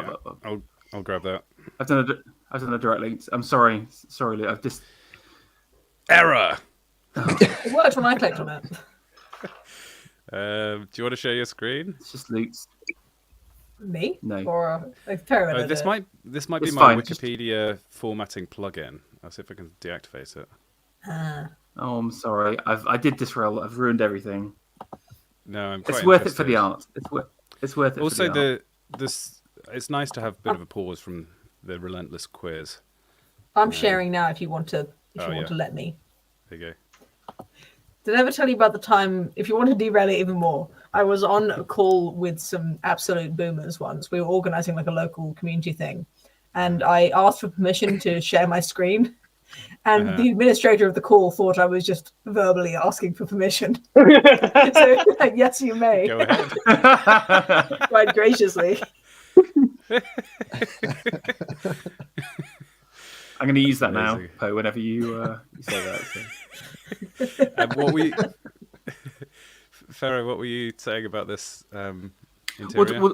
Well, just that. I mean, is this not more stripped back than any Corbusian building that you've ever seen? You know, there is a purity of line and design to it that you will not find anywhere else. And I think it's just interesting. We see modernism as a modern thing, but actually maybe No. its roots lie in these extreme forms of Christianity.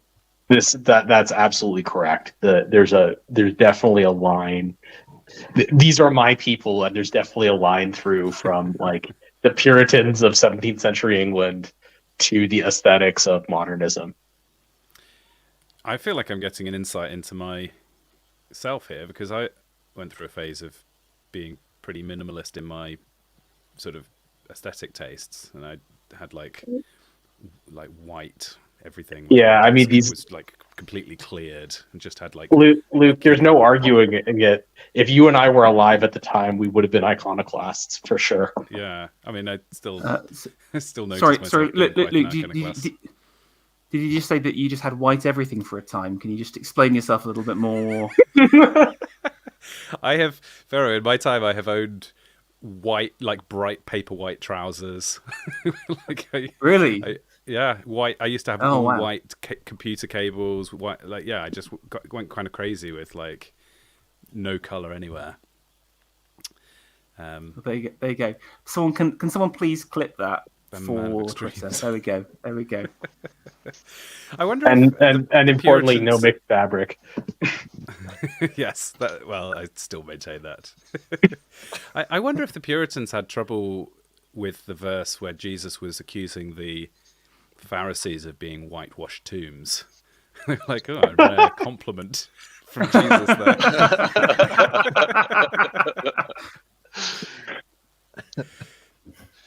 All right, thank you, gentlemen, for the quiz. I got to get going though. Great to see you, Black Horse. Continue to add up his lack of points from now on, Odasta. He'll be on the scoreboard at the end of the day. Pharaoh, this is your chance to pull ahead of him. Pharaoh's doing quite well for the time he's been in. He's got 3 already. Oh, Wow. Yeah. All right. Next quote is, "In the journey of life, each step is a destination in its own right." Was that John Wesley, or was that Lao Tzu? Lao Tzu being, I assume, a Chinese name. And I'm going to now Google and find out some information about it. Can we have the quote again, please? Now that I know Yeah. I'm listening for a translation. In the journey of life, each step is a destination in its own right. ChatGPT. Luke, Apparently, he was a semi-legendary ancient Chinese philosopher. I don't know if semi-legendary means that we're not sure if he was real or if he was just really awesome. Kind of awesome. It's the former, I believe. Okay. I don't actually. I think people are fairly sure he existed, but the tales about his life are dubious. Okay. That's what the semi means, I suppose. As in part of his... Partly he was legendary, partly he was Yeah, real. life or works or whatever. I don't know a lot. Interesting. How long before Wikipedia describes Jesus as a semi-legendary figure? yeah, it's Oh. about time, but not for those reasons. yeah. I guess you could just say legendary. You don't have to. Fully man, fully legend. Yeah, there we go. That sounds like some kind of like Dino missionary, like Jesus, absolute ledge, absolute ledge.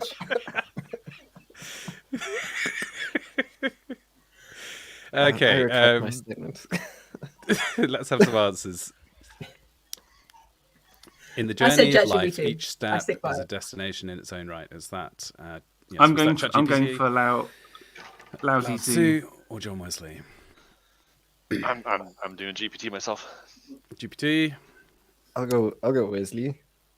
Okay. Of course, Wesley would have said something like that. I'm sure I read it in a hymn. or I'm something. glad you're prepared to make this a more interesting. It's his dad who wrote the hymns, most likely. The answer was it was indeed fictional. Ah, ChatGPT was the correct answer. Let's see, did people get that in comments? Okay, next quote. Change is the melody of the universe, and we, its instruments. Change is the melody of the universe, and we, its instruments. Was that C.S. Lewis, or was that Carl Jung? Carl Jung. Young. Yeah, I guess I'll go Jung too. Definitely not Lewis, I would think. Nobody's going for I got it. ChatGPT? I'm going to go for Lewis just to be contrarian. I can't. We have to have someone on the other side, so I'll go Lewis. The thing is, neither of those guys is like a big change person. Like Jung loves those archetypes and stuff like that, so it's very interesting. Yes, you're correct, because the answer was it was ChatGPT. Oh,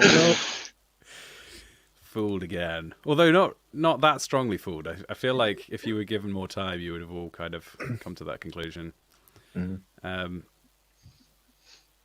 on.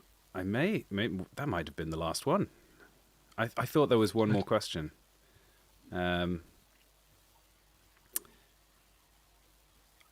Let me see. No, I think that might be it. How many rounds has there been, Augusta? I haven't counted score that. in a way that. Okay. Yeah, Good. Okay. Let's have scores. we've had at least 18 rounds, and probably more than that. Probably closer to 25. Let's have scores. If it's tied, then I'll come up with another question. All right. Well, of course. Fingers crossed, Pharaoh. It's a bashful feeling position. strong. I think. Oh, It's a bashful position for the scorekeeper to say that he has the highest score, but I do at 13. Oh, All right. Well, I encourage people watching back to double check the maths. I hope ChatGPT wasn't keeping score. Philippocrit and Poe tied at 11. oh, Black Horse had 8 Give me before he that medal. dipped, and Pharaoh got the 3. like this. But by percentage of answers correct, Pharaoh probably did win. oh, I mean, that's not fair. It's not. I never said it was fair. Life's not fair. Was that Lambda, Confucius, or John Wesley? ChatGPT. We had a question earlier about Pharaoh before you joined about Les Mis, and I wondered if you had a take on that. I do. Go on. We were discussing about whether it was a perfect piece of communist propaganda. Oh, that's a good question. But I don't think it's communist. what I other think thoughts it's do you just have? very. I think it's just very French, though, isn't it? That's it. It's just like, it's all tied into the summer of 1668 and stuff like that. And I think you got to see it in the context, because it was it written in the 80s, but those guys were literally students at the time of the protests and stuff like that. So they had their own little mini revolt live.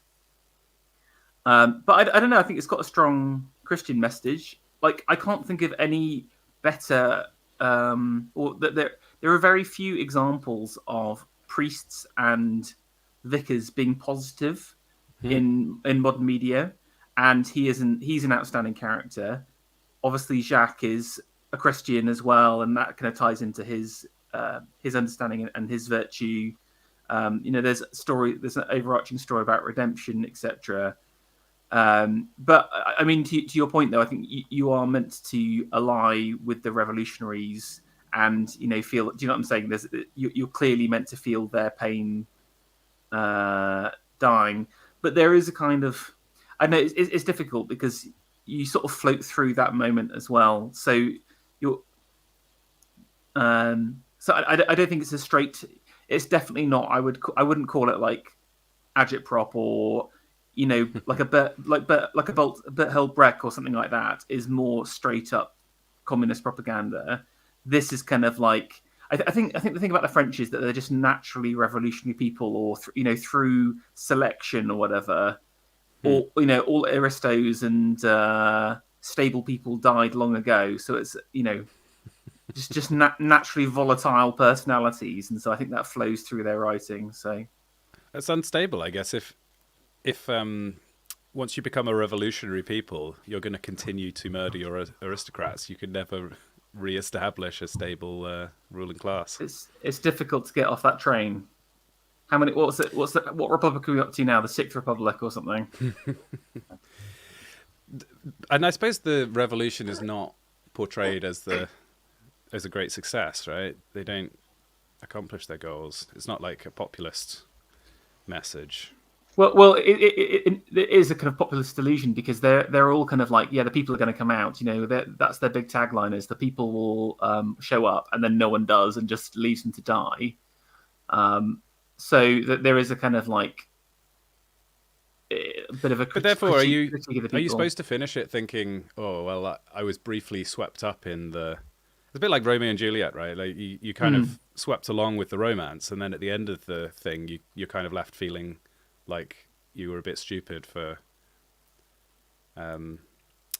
like you were the teenager who did the stupid thing for love that was clearly. You know what? There is something almost Burkean about it because you know that he was like a big fan of it and then sort of disavowed it after that moment, and I wonder whether that's and because like there's something it's a romantic work in that kind of sense where.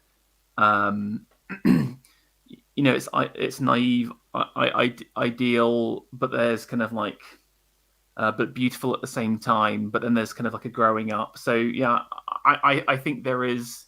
You're definitely not meant to kind of feel like the revolution died because I know the capitalist oppressors got us at all. The revolution died because the people ultimately didn't show up, and guns work. Also, there's other like good characters like the policeman or whatever. He is like the reformed villain. So again, there's some. Is he a good guy? Yeah, I thought he was a villain. I mean, maybe he's a villain, but maybe he's. He. What did he do? What did he do wrong? What did he do wrong? Is my point. Yeah. He's. I'd actually say he's ideological in a way. The text is almost saying that he needed to be like more nuanced, more pliable. In addition to pursuing Jean Valjean, Javert also acts as a double agent for the what would you call it? The existing regime, or the what do you call it? Regime is good. Yeah, against the revolution. So he pretends to be a revolutionary, but actually he pretends to give information saying that they won't be attacked tonight. Pretty villainous. That's what happens in the musical. I haven't read the book. No, but hold on a second. But he's doing the job though. Like again, like if you think of it from his perspective, he was a very effective counter agent. Managed to. It's a very sneaky way to go about the job. It's not like when he's pursuing Jean Valjean, that's his job, right? He's not being deceptive or sneaky there. He's just pursuing someone who's broken their parole. He's a lion and a fox, Poe. You got to understand. We can't identify the good characters as being people who keep to their own internal moral compass. Isn't it? The whole point is that he realizes at the end of his life that he was wrong, and he can't deal with that contradiction, and that's why he. Well, I mean that's no. It's just because ultimately he's a loser, and that's why he kills himself. That's the worst thing he did was killing himself for no particular good reason, basically. Yeah, he wasn't sorry. He wasn't sorry about being a sneaky double agent. He like that wasn't part of the song at all about how much he regretted doing that. I think they should be on. Sorry. No, go, Phil. I just want to say they should make a movie of Javert. That's what I wanted to say. That's a movie I would watch. Perspective. Yeah, and where he wins, maybe an alternate ending. Safe behind bars. Just going back to romanticism again, because he is a classic romantic figure because he is almost like a Byronic anti-hero. Again, an orphan as well, which is a classic romantic motif. So maybe he is the real hero of the story. Isn't Javert? Is Javert not Jacques Valjean? Well, I think he is a tragic figure, and he is portrayed sympathetically, and that's why Victor Hugo is actually an artist and a master rather than a cheap peddler of propaganda.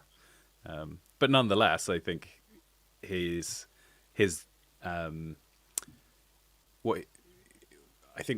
what Hugo would want us to take away is that he was foolish for hunting Jean Valjean, that Jean Valjean was a good man and shouldn't have been punished, despite what the law says. He should have kind of interpreted it's a morality for himself. Yeah, it's a pharisaical approach to law, isn't it? Ultimately, that's. When that film came out with Russell Crowe and Hugh Jackman. Sorry, my friend always calls him Huge Blackman, which just like started slipping out as I said Hugh Jackman. I was trying not to say it so hard that I accidentally said it a bit. And when that film came out, I was looking at reviews for it to find out if it was good, and one random reviewer said that it was completely unrealistic that a policeman would pursue an ex-convict this diligently for his entire life. I mean, yes, that is true. That was it the would entire also review. be irresponsible. You're lucky if the you're lucky if the police investigate a crime that is not some sort of hate speech these days. Stealing a loaf of bread would be. Maybe they should do a far below rewrite the- of Les Mis where it's not stealing a loaf of bread, but he like tweets something and then goes on the run. Very good. That would make quite a fun to give Javert an underlying progressive morality and to show his. Oh, you're poisoning his absolute character, unwavering- doing him But then- dirty. Yeah. But then I think it would have the correct. So if the writer was criticizing Christianity, but we actually we like his critique of the character of Javert, but we also want to defend Christianity, then we can just switch his fundamental allegiance. Anyway, I think Les Mis is an excellent musical, and I haven't read the book, but I've heard that the book is even better than the musical. So, Black Horse isn't here to defend his point of view. Well, I think No, to be that's- fair, Black Horse was saying that the musical / movie is the more sort of communist propaganda. I don't know that he gave a particular opinion on the book. So that's true. He said that the music was a key part of the reason that it worked as propaganda. I don't know that it was. I don't know that it is effective in the sense that I loved the musical despite being very anti-communist, and it didn't change my opinion of communism in the slightest. True. It's just French though. This is what I'm saying. This is not. People think it's just because it's revolutionary, people sort of default it as communist. This is this is pre-communism. Is the peasants' revolt of England like a communist revolt? It's just people unhappy, and I think you could also view it in the Carlylean view, who, for example, was pro-revolution against the Échange regime, because it ultimately showed a failure of the nobles to look after their people fundamentally, and I feel maybe we're a little bit burnt out from today's society where we're propagandized a little bit too much every single day, and there are, do you know what I'm saying? Like to the person where every single message has a undertone to it, we maybe see things where they aren't necessarily. I think. Yeah. Also, I mean, communism was the ideas of a very particular group of people at a very particular time in history. And if you're gonna expand the definition to include people's views today, you have to then theoretically continue to expand it until it becomes a kind of universal. It's like saying feature of human society. It's like saying fascism. I hate to say it. It's Yeah, exactly. It's the same concept of like, oh yeah, okay, is this person a modern day fascist? Well, But it forget really about depends the which aspect. revolution. Uh-huh. Forget about the revolution part of the story, and just think about Jean Valjean, which is also what Black Horse was saying. That go on. yeah, this idea that the that vicar, that priest, giving Jean Valjean the silver from the chapel is the first step towards Jean Valjean being completely reformed and becoming a pillar of virtue in his community, and ultimately becoming a hero for the revolution. The virtue of the revolution aside, I think it's an extremely unrealistic and just very lefty idea that all we need to do is give ex-prisoners lots of money, with no accountability, and they will spontaneously become good people. However, I think it is notable that the reason that gesture is effective is not because of the silver, but because that generous act is so inexplicable that he believes in God. So it's actually a kind of religious transformation. Well, it absolves him of the crime that he's committed, because he's actually stealing the silver, and then Javert catches him, and then basically it's up to the priest to decide whether or not he lives or dies, metaphorically speaking. And so it's more of a moment of judgment or something like that. But I think that actually supports Poe's point, because regardless of the specifics, money or whatever, there's this sort of underlying idea that if people are just sort of loved and affirmed, then they'll do the right thing. And yeah, that's definitely a very lefty idea. But if the state was just giving out silver to all the prisoners, I don't think there's any implication in the text that all the prisoners would follow the same reformation path of Valjean. I think the story is you're supposed to believe you're watching something extraordinary, not something that could be replicated on a wide scale. I'm arguing against myself now, but I think this because I love this story so much. I think about this all the time. Every time I hear the soundtrack, I think is this a story about a prisoner, or is this a story about Jean Valjean, a extraordinary prisoner who did something extraordinary, and that's why we're watching a story about him? He's not supposed to be a model for, an everyman, or a policy prescription. It's just this is an amazing story, something that couldn't ever happen to anyone else. I think it is meant to make you think about that if you're in the position to do something like the priest did, how far-reaching the implications of that might be. Which I think is a very valuable and correct observation, that often we have the opportunity to do good to strangers, and we will never know the full outworkings of that. The priest maybe has helped other people in the past who've gone on to commit crimes, but that Valjean turns out to be such a good egg that on balance, that form of generosity works. But isn't that what we're doing as Christians whenever we give any form of money away?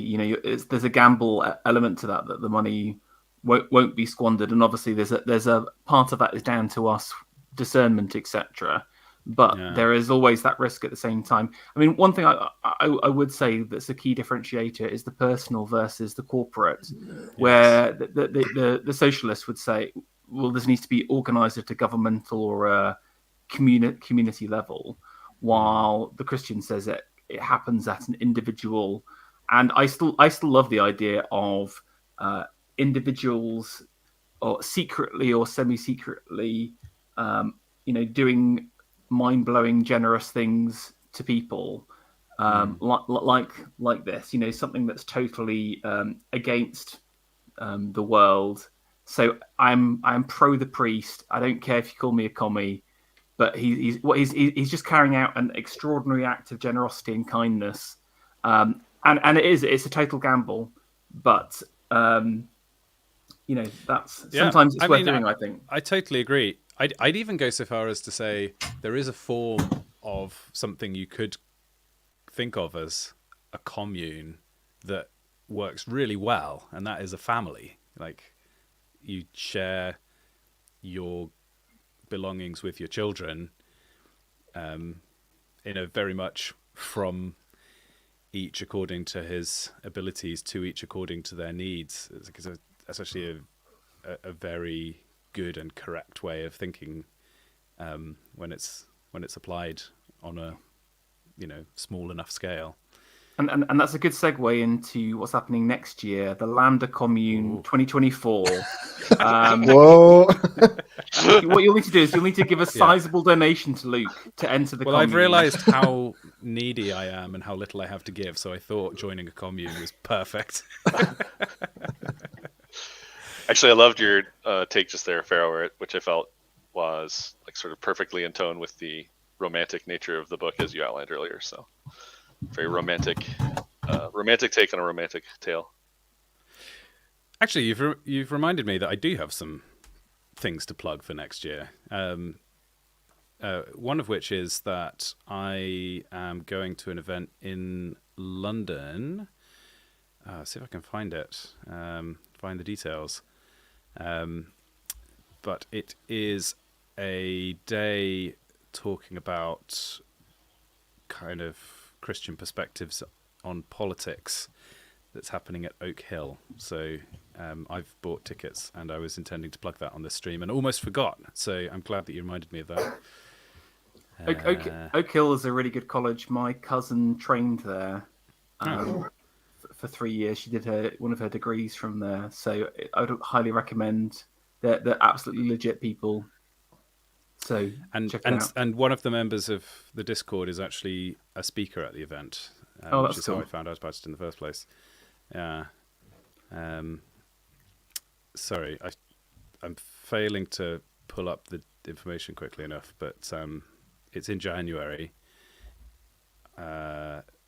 Yes, and I'm going, and I posted in the Discord about it. So if I can't find the information, at least join the Discord, and you can come and join me.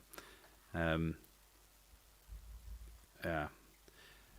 What else is going on next year? I suppose I'll be doing Lambster again, and also the retreat. Although the retreat is moving, it no longer will be on the south coast, and will now be in Norfolk. So maybe some people. Maybe that's bad news for people who were very nearby to where it was before, but maybe people who are coming from further north now it's within striking distance. So I don't think I've announced the exact date yet, but keep your ears open for that.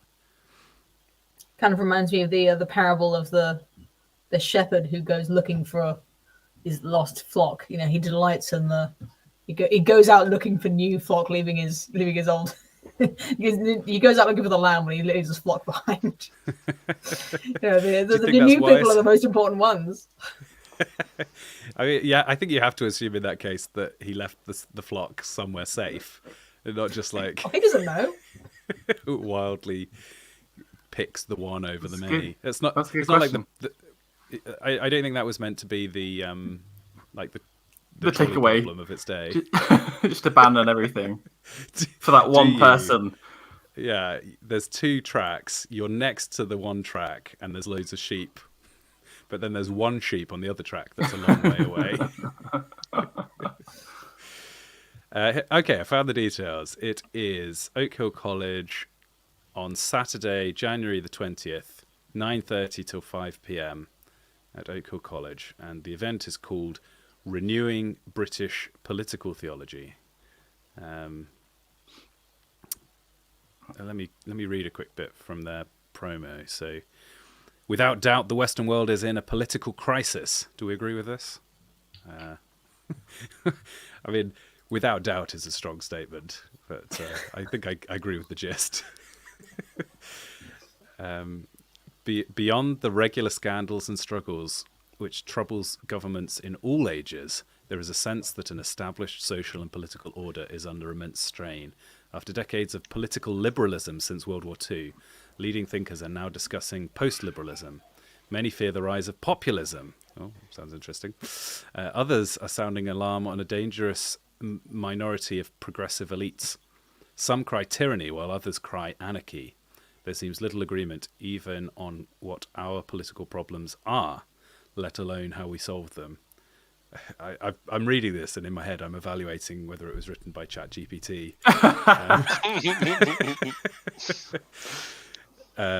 So that's how the beginning of their kind of introduction to the day goes. So. What's interesting is I think there is a big post-liberal groundswelling around those circles, and I would say the number of like Christian dissidents is very, very small still, and actually the majority of them were previously centre-right, and then they kind of go into this kind of post-liberal pot. So, for example, again, all of my more normie cousins, they're kind of, I've been reading Unheard recently. That's their kind of like edgy paper, or like they'll reference is it Louise Perry? Do you know her? Maiden Mother Matriarch woman. The case against the sexual revolution. Yes, yeah, exactly, and like your Mary Harrington types, etc. So it's interesting that they're definitely, people are going more off the reservation, but into a very particular area. Containment. Yeah, it is containment. I'm very skeptical about some of those guys and how they've come out of nowhere to immense popularity. Like they're definitely getting some kind of formal backing from somewhere to achieve what they're doing, basically. But are you saying, Ferro, that we have not come out of nowhere to immense popularity? Because I mean, Luke, you're currently streaming with your weights in the background rather than in like a full-on content station, Daily Wire hub. So it's safe to say that the content dollars have not come in. We've got 20 viewers currently. That's almost Daily Wire numbers. 25% of that's us. If any of you on stream have YouTube open on another tab, close it now, because I don't want to be artificially inflating our numbers. We will be gathering at Oak Hill College to reflect on how British political theology might be renewed in a way that does justice to Scripture, the Christian tradition, and our current moment. Yes, and as I say, one of the speakers is a member of he's the headliner. He's the headliners. So the featuring in giant size, sort of 64 text, important, Oliver O'Donovan, and then there's also Graham Shearer, Daniel Caballero, and Imogen Sinclair. Okay, no, I don't know them.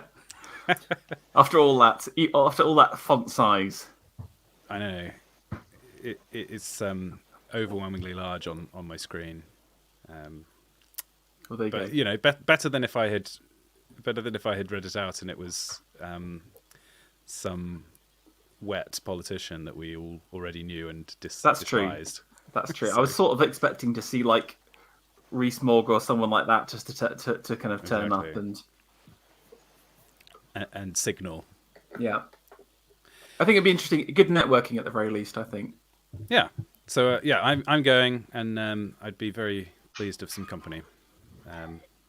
By the way, as we kind of wrap up this stream, is there anything you guys want to point the audience to, or kind of what are you looking forward to for next year? I guess this almost constitutes a kind of Lambda yearly wrap up. So how have you guys found 2023, and how are you feeling going into 2024? Well, if I've got room to plug, then please. I'll encourage everyone to go and watch. It's not up yet. I don't even know if it'll be a live stream. If I have the time, I'll make like a long form video of my husband and I ranking every Christmas Carol adaptation that we've watched. There are so many. There's like 50, but we've watched about something between like 12 and 15 of them, and we'll be tier ranking them. And it's going to be a lot of fun because there's a lot of really weird ones in there. Cartoons, parodies, Matthew McConaughey, rom-coms, there's a very diverse mixed bag of Christmas Carol, basically the same story beats. So I'm looking forward to it. Don't tell us like the details. 'Cause obviously, got to see the stream. But were there any like big arguments over one of them? Were there any fisticuffs over like you both had two totally different opinions on something? Yeah, I'll have to get back to you on that. I'll have to. We have a very harmonious marriage, so we typically agree on the things that we like. But I think I'm typically more like like rule of cool, like kind of rule of like if it works like as a story beat, I don't really care if it follows like logical consistency. But my husband's a bit more kind of analytical about it. Like he can't really believe a plot point would happen. Then it doesn't have that emotional resonance. So that might come out in this. It's a very sentimental story, so that might come out in when we talk about some of them. I mean, it's hard to find plot points in a story about a bunch of ghosts doing whimsical things. Well, you'd be surprised. I mean, especially that. That Ghosts of Girlfriends Past with Matthew McConaughey, which is it's like a Christmas rom-com that everyone has apparently forgotten, except that it is on Wikipedia. So that's why I ended up finding it. No, in fact, I found it because I googled Christmas films, not even for the stream. And if you scroll through all of the Christmas films that are listed just by Google, this is the highest. Like after Muppets Christmas Carol, you go through about 10. And you'll get to Ghosts of Girlfriends Past before you get to any other Christmas Carol adaptation. Wow. It's a second ranking. It's one of those kind of goofy comedies where a lot of kind of unbelievable things happen for the sake of like a funny situation. Mm-hmm. So I think I probably enjoyed that. For being a rom-com, I knew that I'd probably enjoy that a bit more than my husband would. And a lot of, all right. Luke, I was going to ask, which ghost do you most associate with from A Christmas Carol? Like, if you had to be one of the ghosts from Christmas Carol, who would you be? I'm struggling to remember. Is the third ghost the one where it's just unrelentingly grim? Yeah, it's just like the silent Grim Reaper, basically. Luke. I think the thing is, I aspire to be.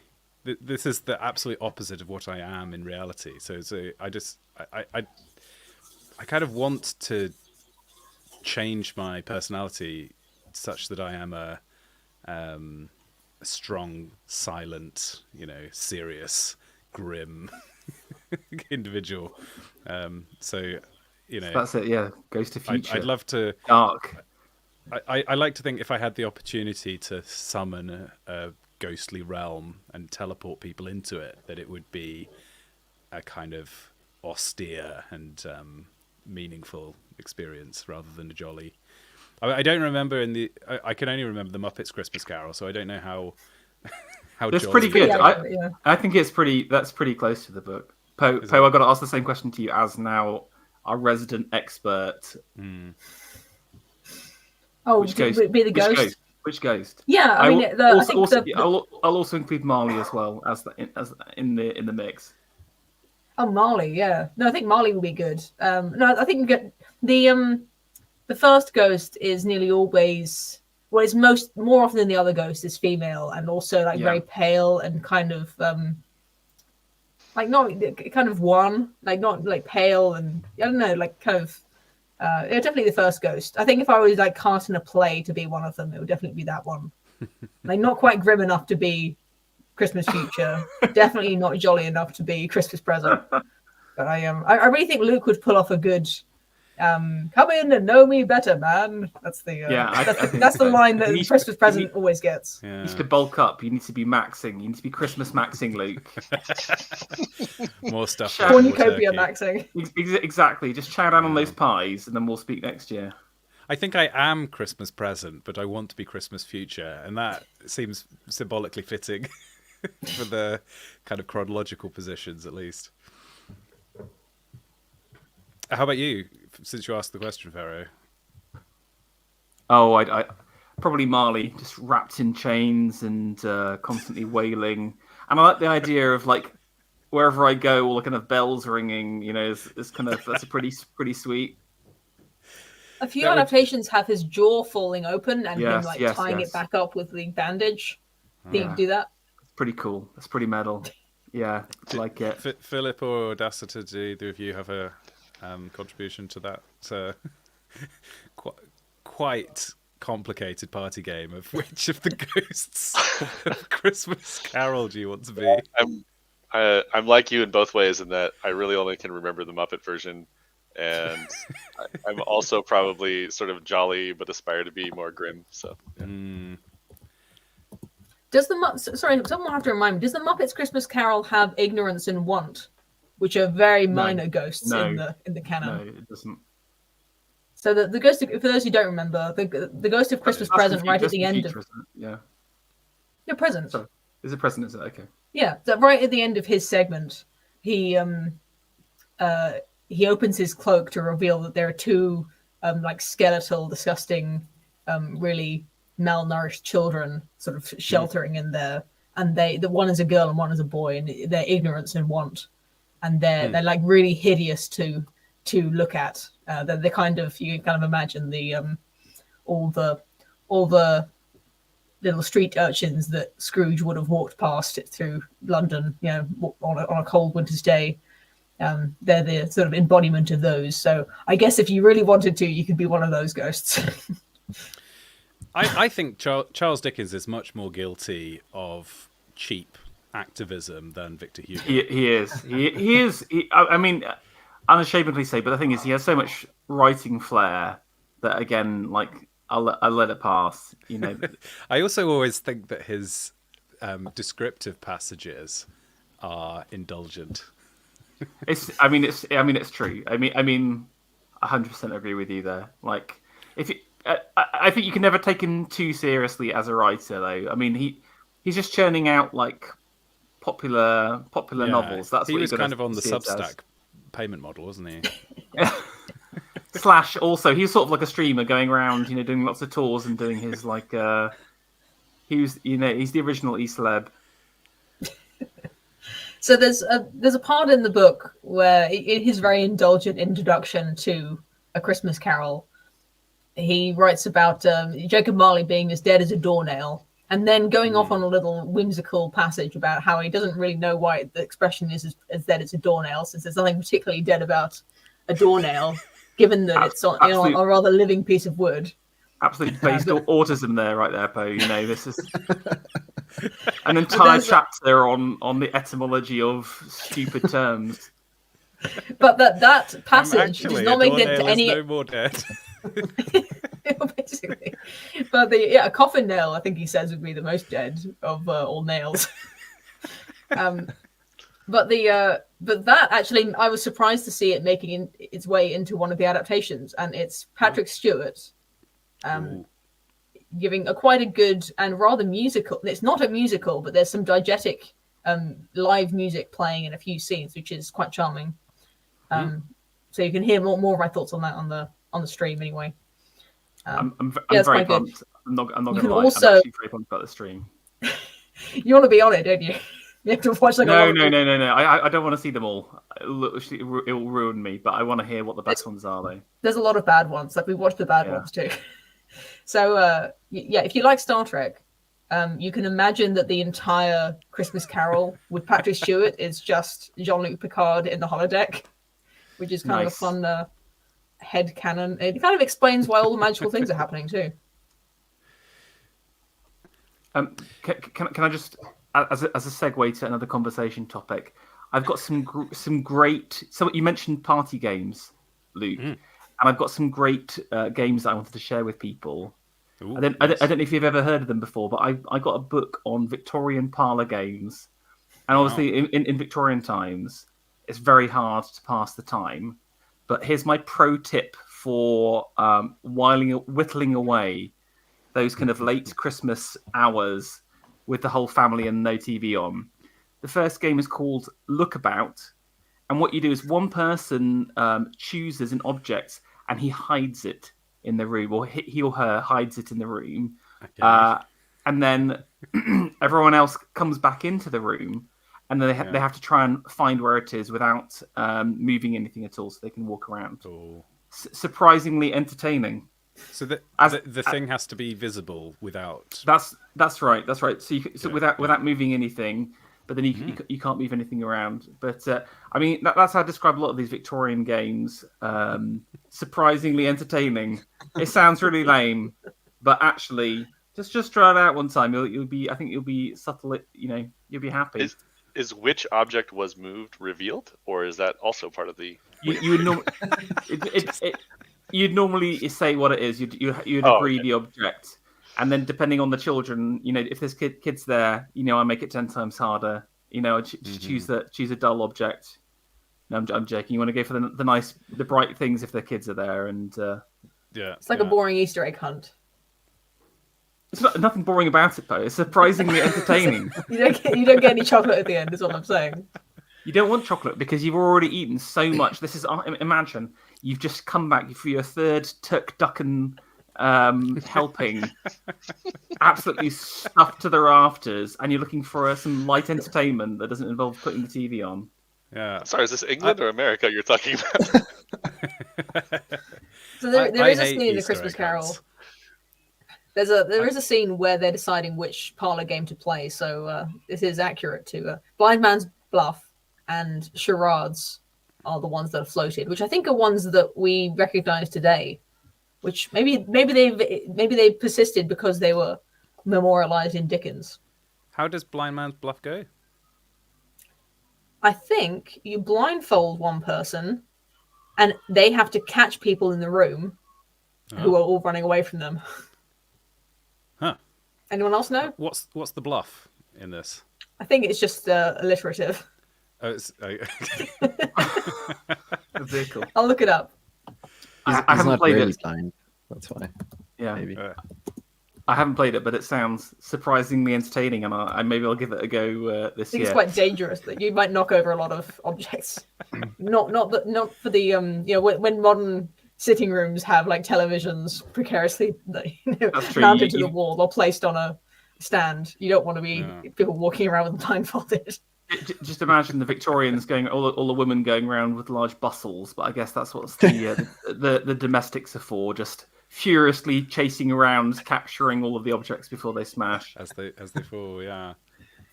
Okay, I've got another one which is absolutely terrible, but it's quite funny. It's called "Are You There, Moriarty?" What happens is 2 people lie on the floor, an arm's distance apart, each holding a newspaper, and they take it in turns to say, "Are you there, Moriarty?" The other person says yes, and then the first person tries to whack them with the newspaper. What? It's an absolutely mental game. Absolutely mental game. Genuinely, look, if you don't believe me, look it up right now. Google it. It exists in my Victorian parlour game. And then there was a diagram of 2 gentlemen in suits lying on the floor, battering each other with newspapers. Surprisingly entertaining. The idea that it's gentleman makes it even better. Are you there, Moriarty? Yes. Bam! And then they switch, do they? So the other person says, yeah. You just take it in turns, just to bludgeon each other, and then so it's like a slap battle, but with more steps. Yeah, no, the winner is the last person conscious at the end of the. No, yeah. I mean, it's just about like trying to guess where the person is really. But it's like a moving pattern. I feel like aperitifs, nightcaps, snifters of something were involved in a lot of these. Yes. Caravaggio in the chat says, "Wish I had a parlor." I think that sums up that. These games make a lot more sense if you had a parlor, you'd get it. Do you spin the blind person around? Maybe that is it. That's pin the tail on the donkey, isn't it? Yeah. Yeah, there's definitely spinning involved there, and the pinata, which I guess is the American version of that game. I like the idea that Blind Man's Bluff would be that you wear opaque sunglasses for a whole day. Okay, so it's try it's to Blind just get by Man's... without anyone noticing. It's Blind Man's Buff. I don't know what's so buff about him, but it says Blind Man's Buff. It doesn't really, it doesn't really improve the. It's played in a spacious area, such as outdoors or in a large room, which is why I guess you need a Or parlor, parlor. in which one player, designated as it, is blindfolded and gropes around, attempting to touch the other players without without being able to see them, while the other players scatter and try to avoid the person who's it. See, that's exactly what I said. So it's funny because there's other strategies, because you can either like run around and your footsteps make noise, which a person can chase, or you can just like sit in a corner and make yourself as small as possible so they never find you. So it's it, but with the person who's it having a blindfold on. And I suppose it's like more of an enclosed area so that you can't just, go away. Well, we must play all of these at the next Lambda retreat. Have you got any others, Ferro? That's all I can think of. I mean, Okay. obviously we'd do the hat game and then charades as well. You must have played the hat game before. Yes, a classic. If you go this is kind of like theatre nerd stuff, basically. It's sadly theatre nerd adjacent, so I don't really like mentioning it in public too much. But Please explain the hat game. But the hat game consists of, so you have each person puts in 2 to 3 names of people or often called fishbowl, in my experience. Okay, yes. Again, it's one of those things that everyone has their own name for it and their own house rules.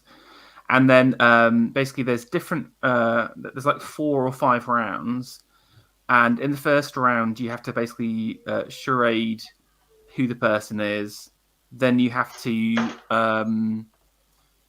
ask a single question. Then you have to give a single sound for who this person is. But the point is, it's the same people in the pot.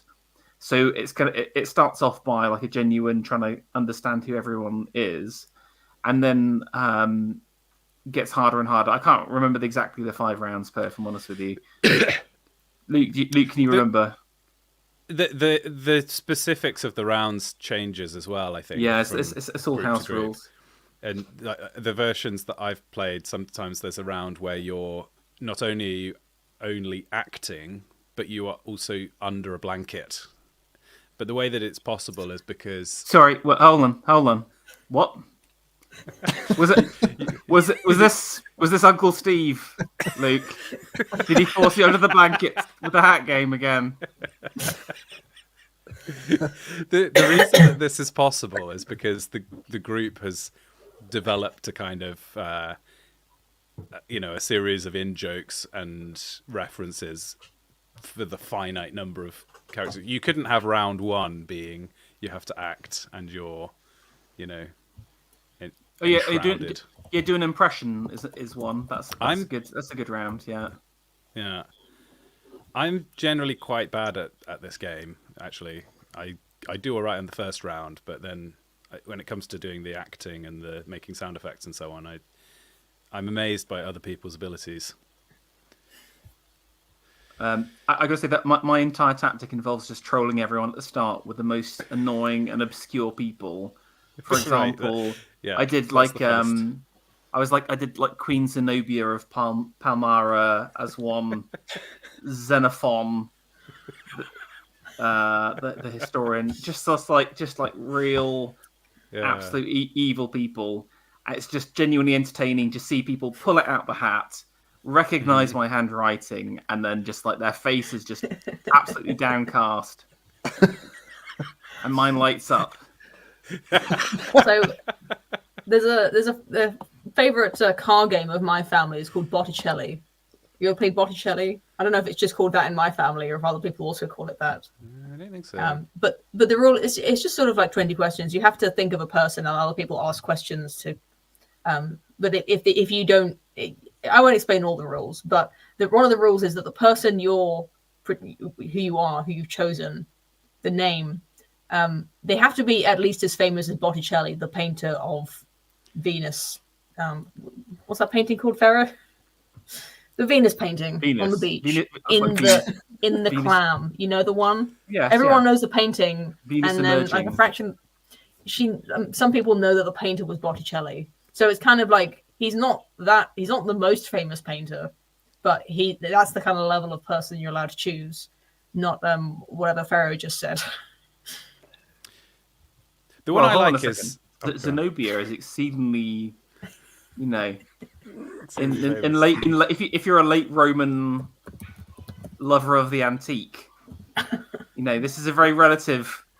I don't like your like Botticelli benchmark because if you asked Azuma, no one would know who that Who is Botticelli whatsoever. is. Yeah, I know. Yeah, Botticelli is. If it's you've got to be at least as famous as Botticelli to Azuma, then that's literally anybody who's Also, ever lived. I can't get over Caravaggio in chat saying who. I don't know if that's a troll at me. Yeah, I've reason to believe that is the real Caravaggio.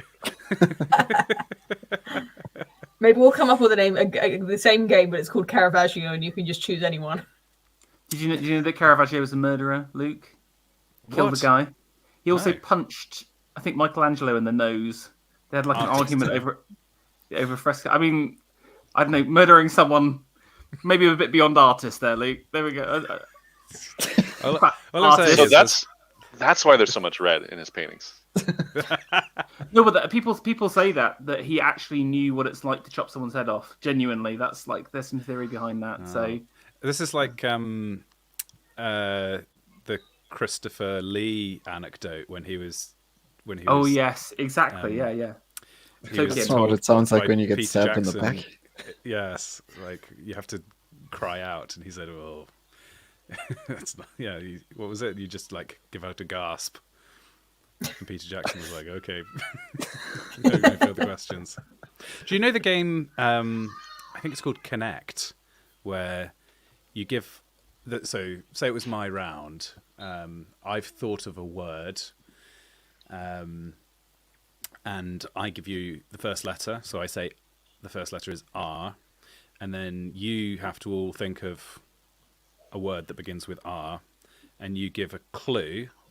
So say, okay. So Pharaoh, can you think of a word beginning with R? Don't say what the word is. Okay. Have you got one? Okay, now give a do. clue for what that word is.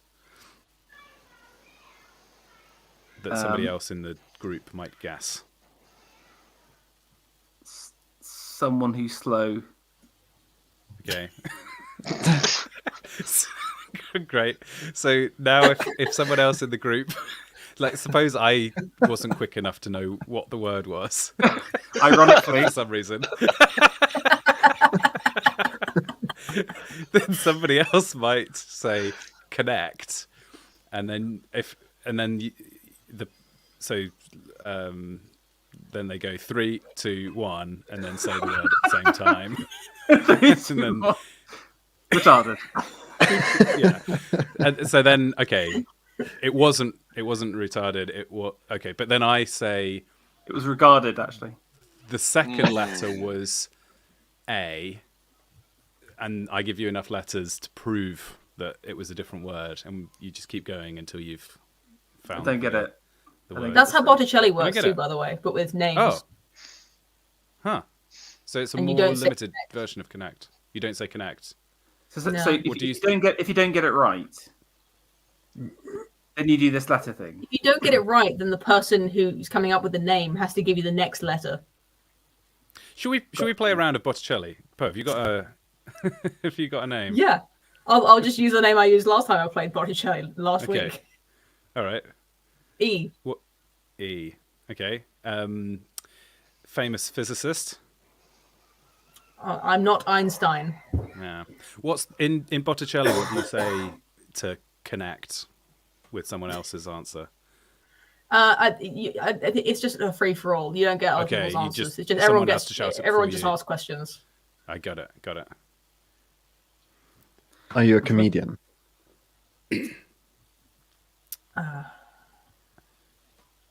In title.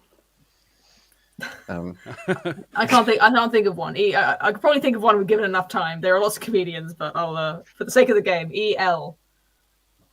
So now your guess has to start with EL. Are you a British composer? I am not. Elgar? Am I saying that right? Yeah. That's right. Elgar. I'm not well Elgar. It's very highbrow, Luke. And now I've got to think of a lowbrow one. Too. Are you Elvis?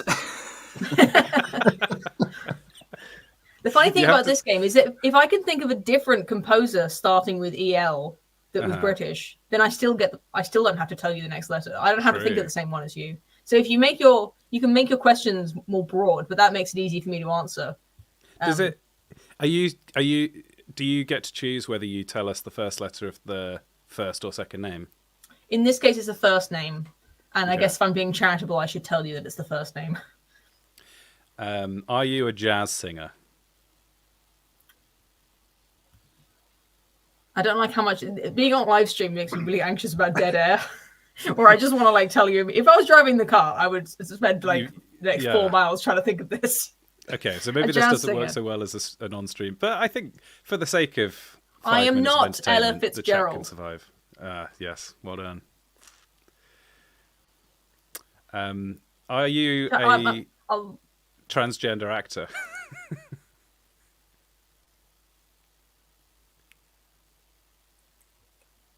Oh, I'm not Elliot Page. Or presumably her former ego? Yeah, well, either would work. For some reason, when you said that, it really threw me off because I was thinking of a The other way other one. around. yeah. I'm also accepting suggestions from chat. Are you Yes. a Muppet? I was going to say that, A Phil. Muppet. Get out of my head. Get out of my head. Yes, We're I saw it. connect. Is that how this works, Luke? Disconnect. So yes, rule clarification. If Pharaoh now guesses it before you, does that mean they No, get... you don't get anything. No. Oh, So it's not like a little thing. I was just. well, how do we get more letters? Do we If just I keep can't going think until You we of- get get... I can't letters think that of a Poe gives you, Muppet. and you thank. Oh, we just have to think of an obscure enough person that you don't know who it is. You're trying to get with someone you. I don't know Yeah. or who I can't think of. I'm See, quickly I know a lot of discovering Muppets. that I'm It's not far coming too to mind. retarded for this game. All right, ELO. Okay, I mean, I'm sure I know the Muppets if I thought of all of them, but Oh, okay. Did you found SpaceX? yes, I'm Elon Musk. Oh, Hey. Hey. Who was the Muppet starting with L? EL? Elmo. Elmo. yeah, Elmo. there you go. I was thinking of the Muppets Christmas Carol. Is he even in that? No, he's a Sesame Street character. Oh, Remember that Muppet yeah. Oh, Sesame Street. What's weird is I Invalid. also thought he was a Muppet, Phil. So that's how aligned we were just then. Wow. I thought that's like a species. I thought Sesame No. Street is also. It's all Jim Muppet Henson is at the the end of name the of day. Puppet. Jim Henson. The Jim Yeah. Henson phenotype, yeah. And there's some notion that they exist in the same universe, but Is there? yeah. Kermit visits Yoda Sesame comes from the Street same once- place. Really? Interesting. And Jordan Peterson, I think. They're all- Yes. Absolute dunk. So I think Connect is a slightly more elegant name than Botticelli in that it has it doesn't have the arbitrary nature of it. Well, I've waited for a few minutes and can't think of anything. There's True. it's a race between the team and the person whose term it is. If I, But you if I could also may, do it with names. Yes, Phil. You would- Oh, yeah, I just because the word connect has fallen again, I unfortunately have to disconnect because I have to leave early tomorrow, so I Well- still have to get to bed. Tonight. Thank you for joining, and thank you for adhering to the rule that you're only allowed out of the conversation if you can come up with a segue. Segue to leave. We're going to be here a long time. We're going to be here a long time. I look forward to watching the rest of the stream. It Tomorrow. might not be that long. I feel like we should probably wrap up, but thank you for joining us, Phil. Thanks for having me. It was a pleasure, as always. Good talk, Phil. Yeah, Absolutely. Thank you. thanks. Good night. See you later.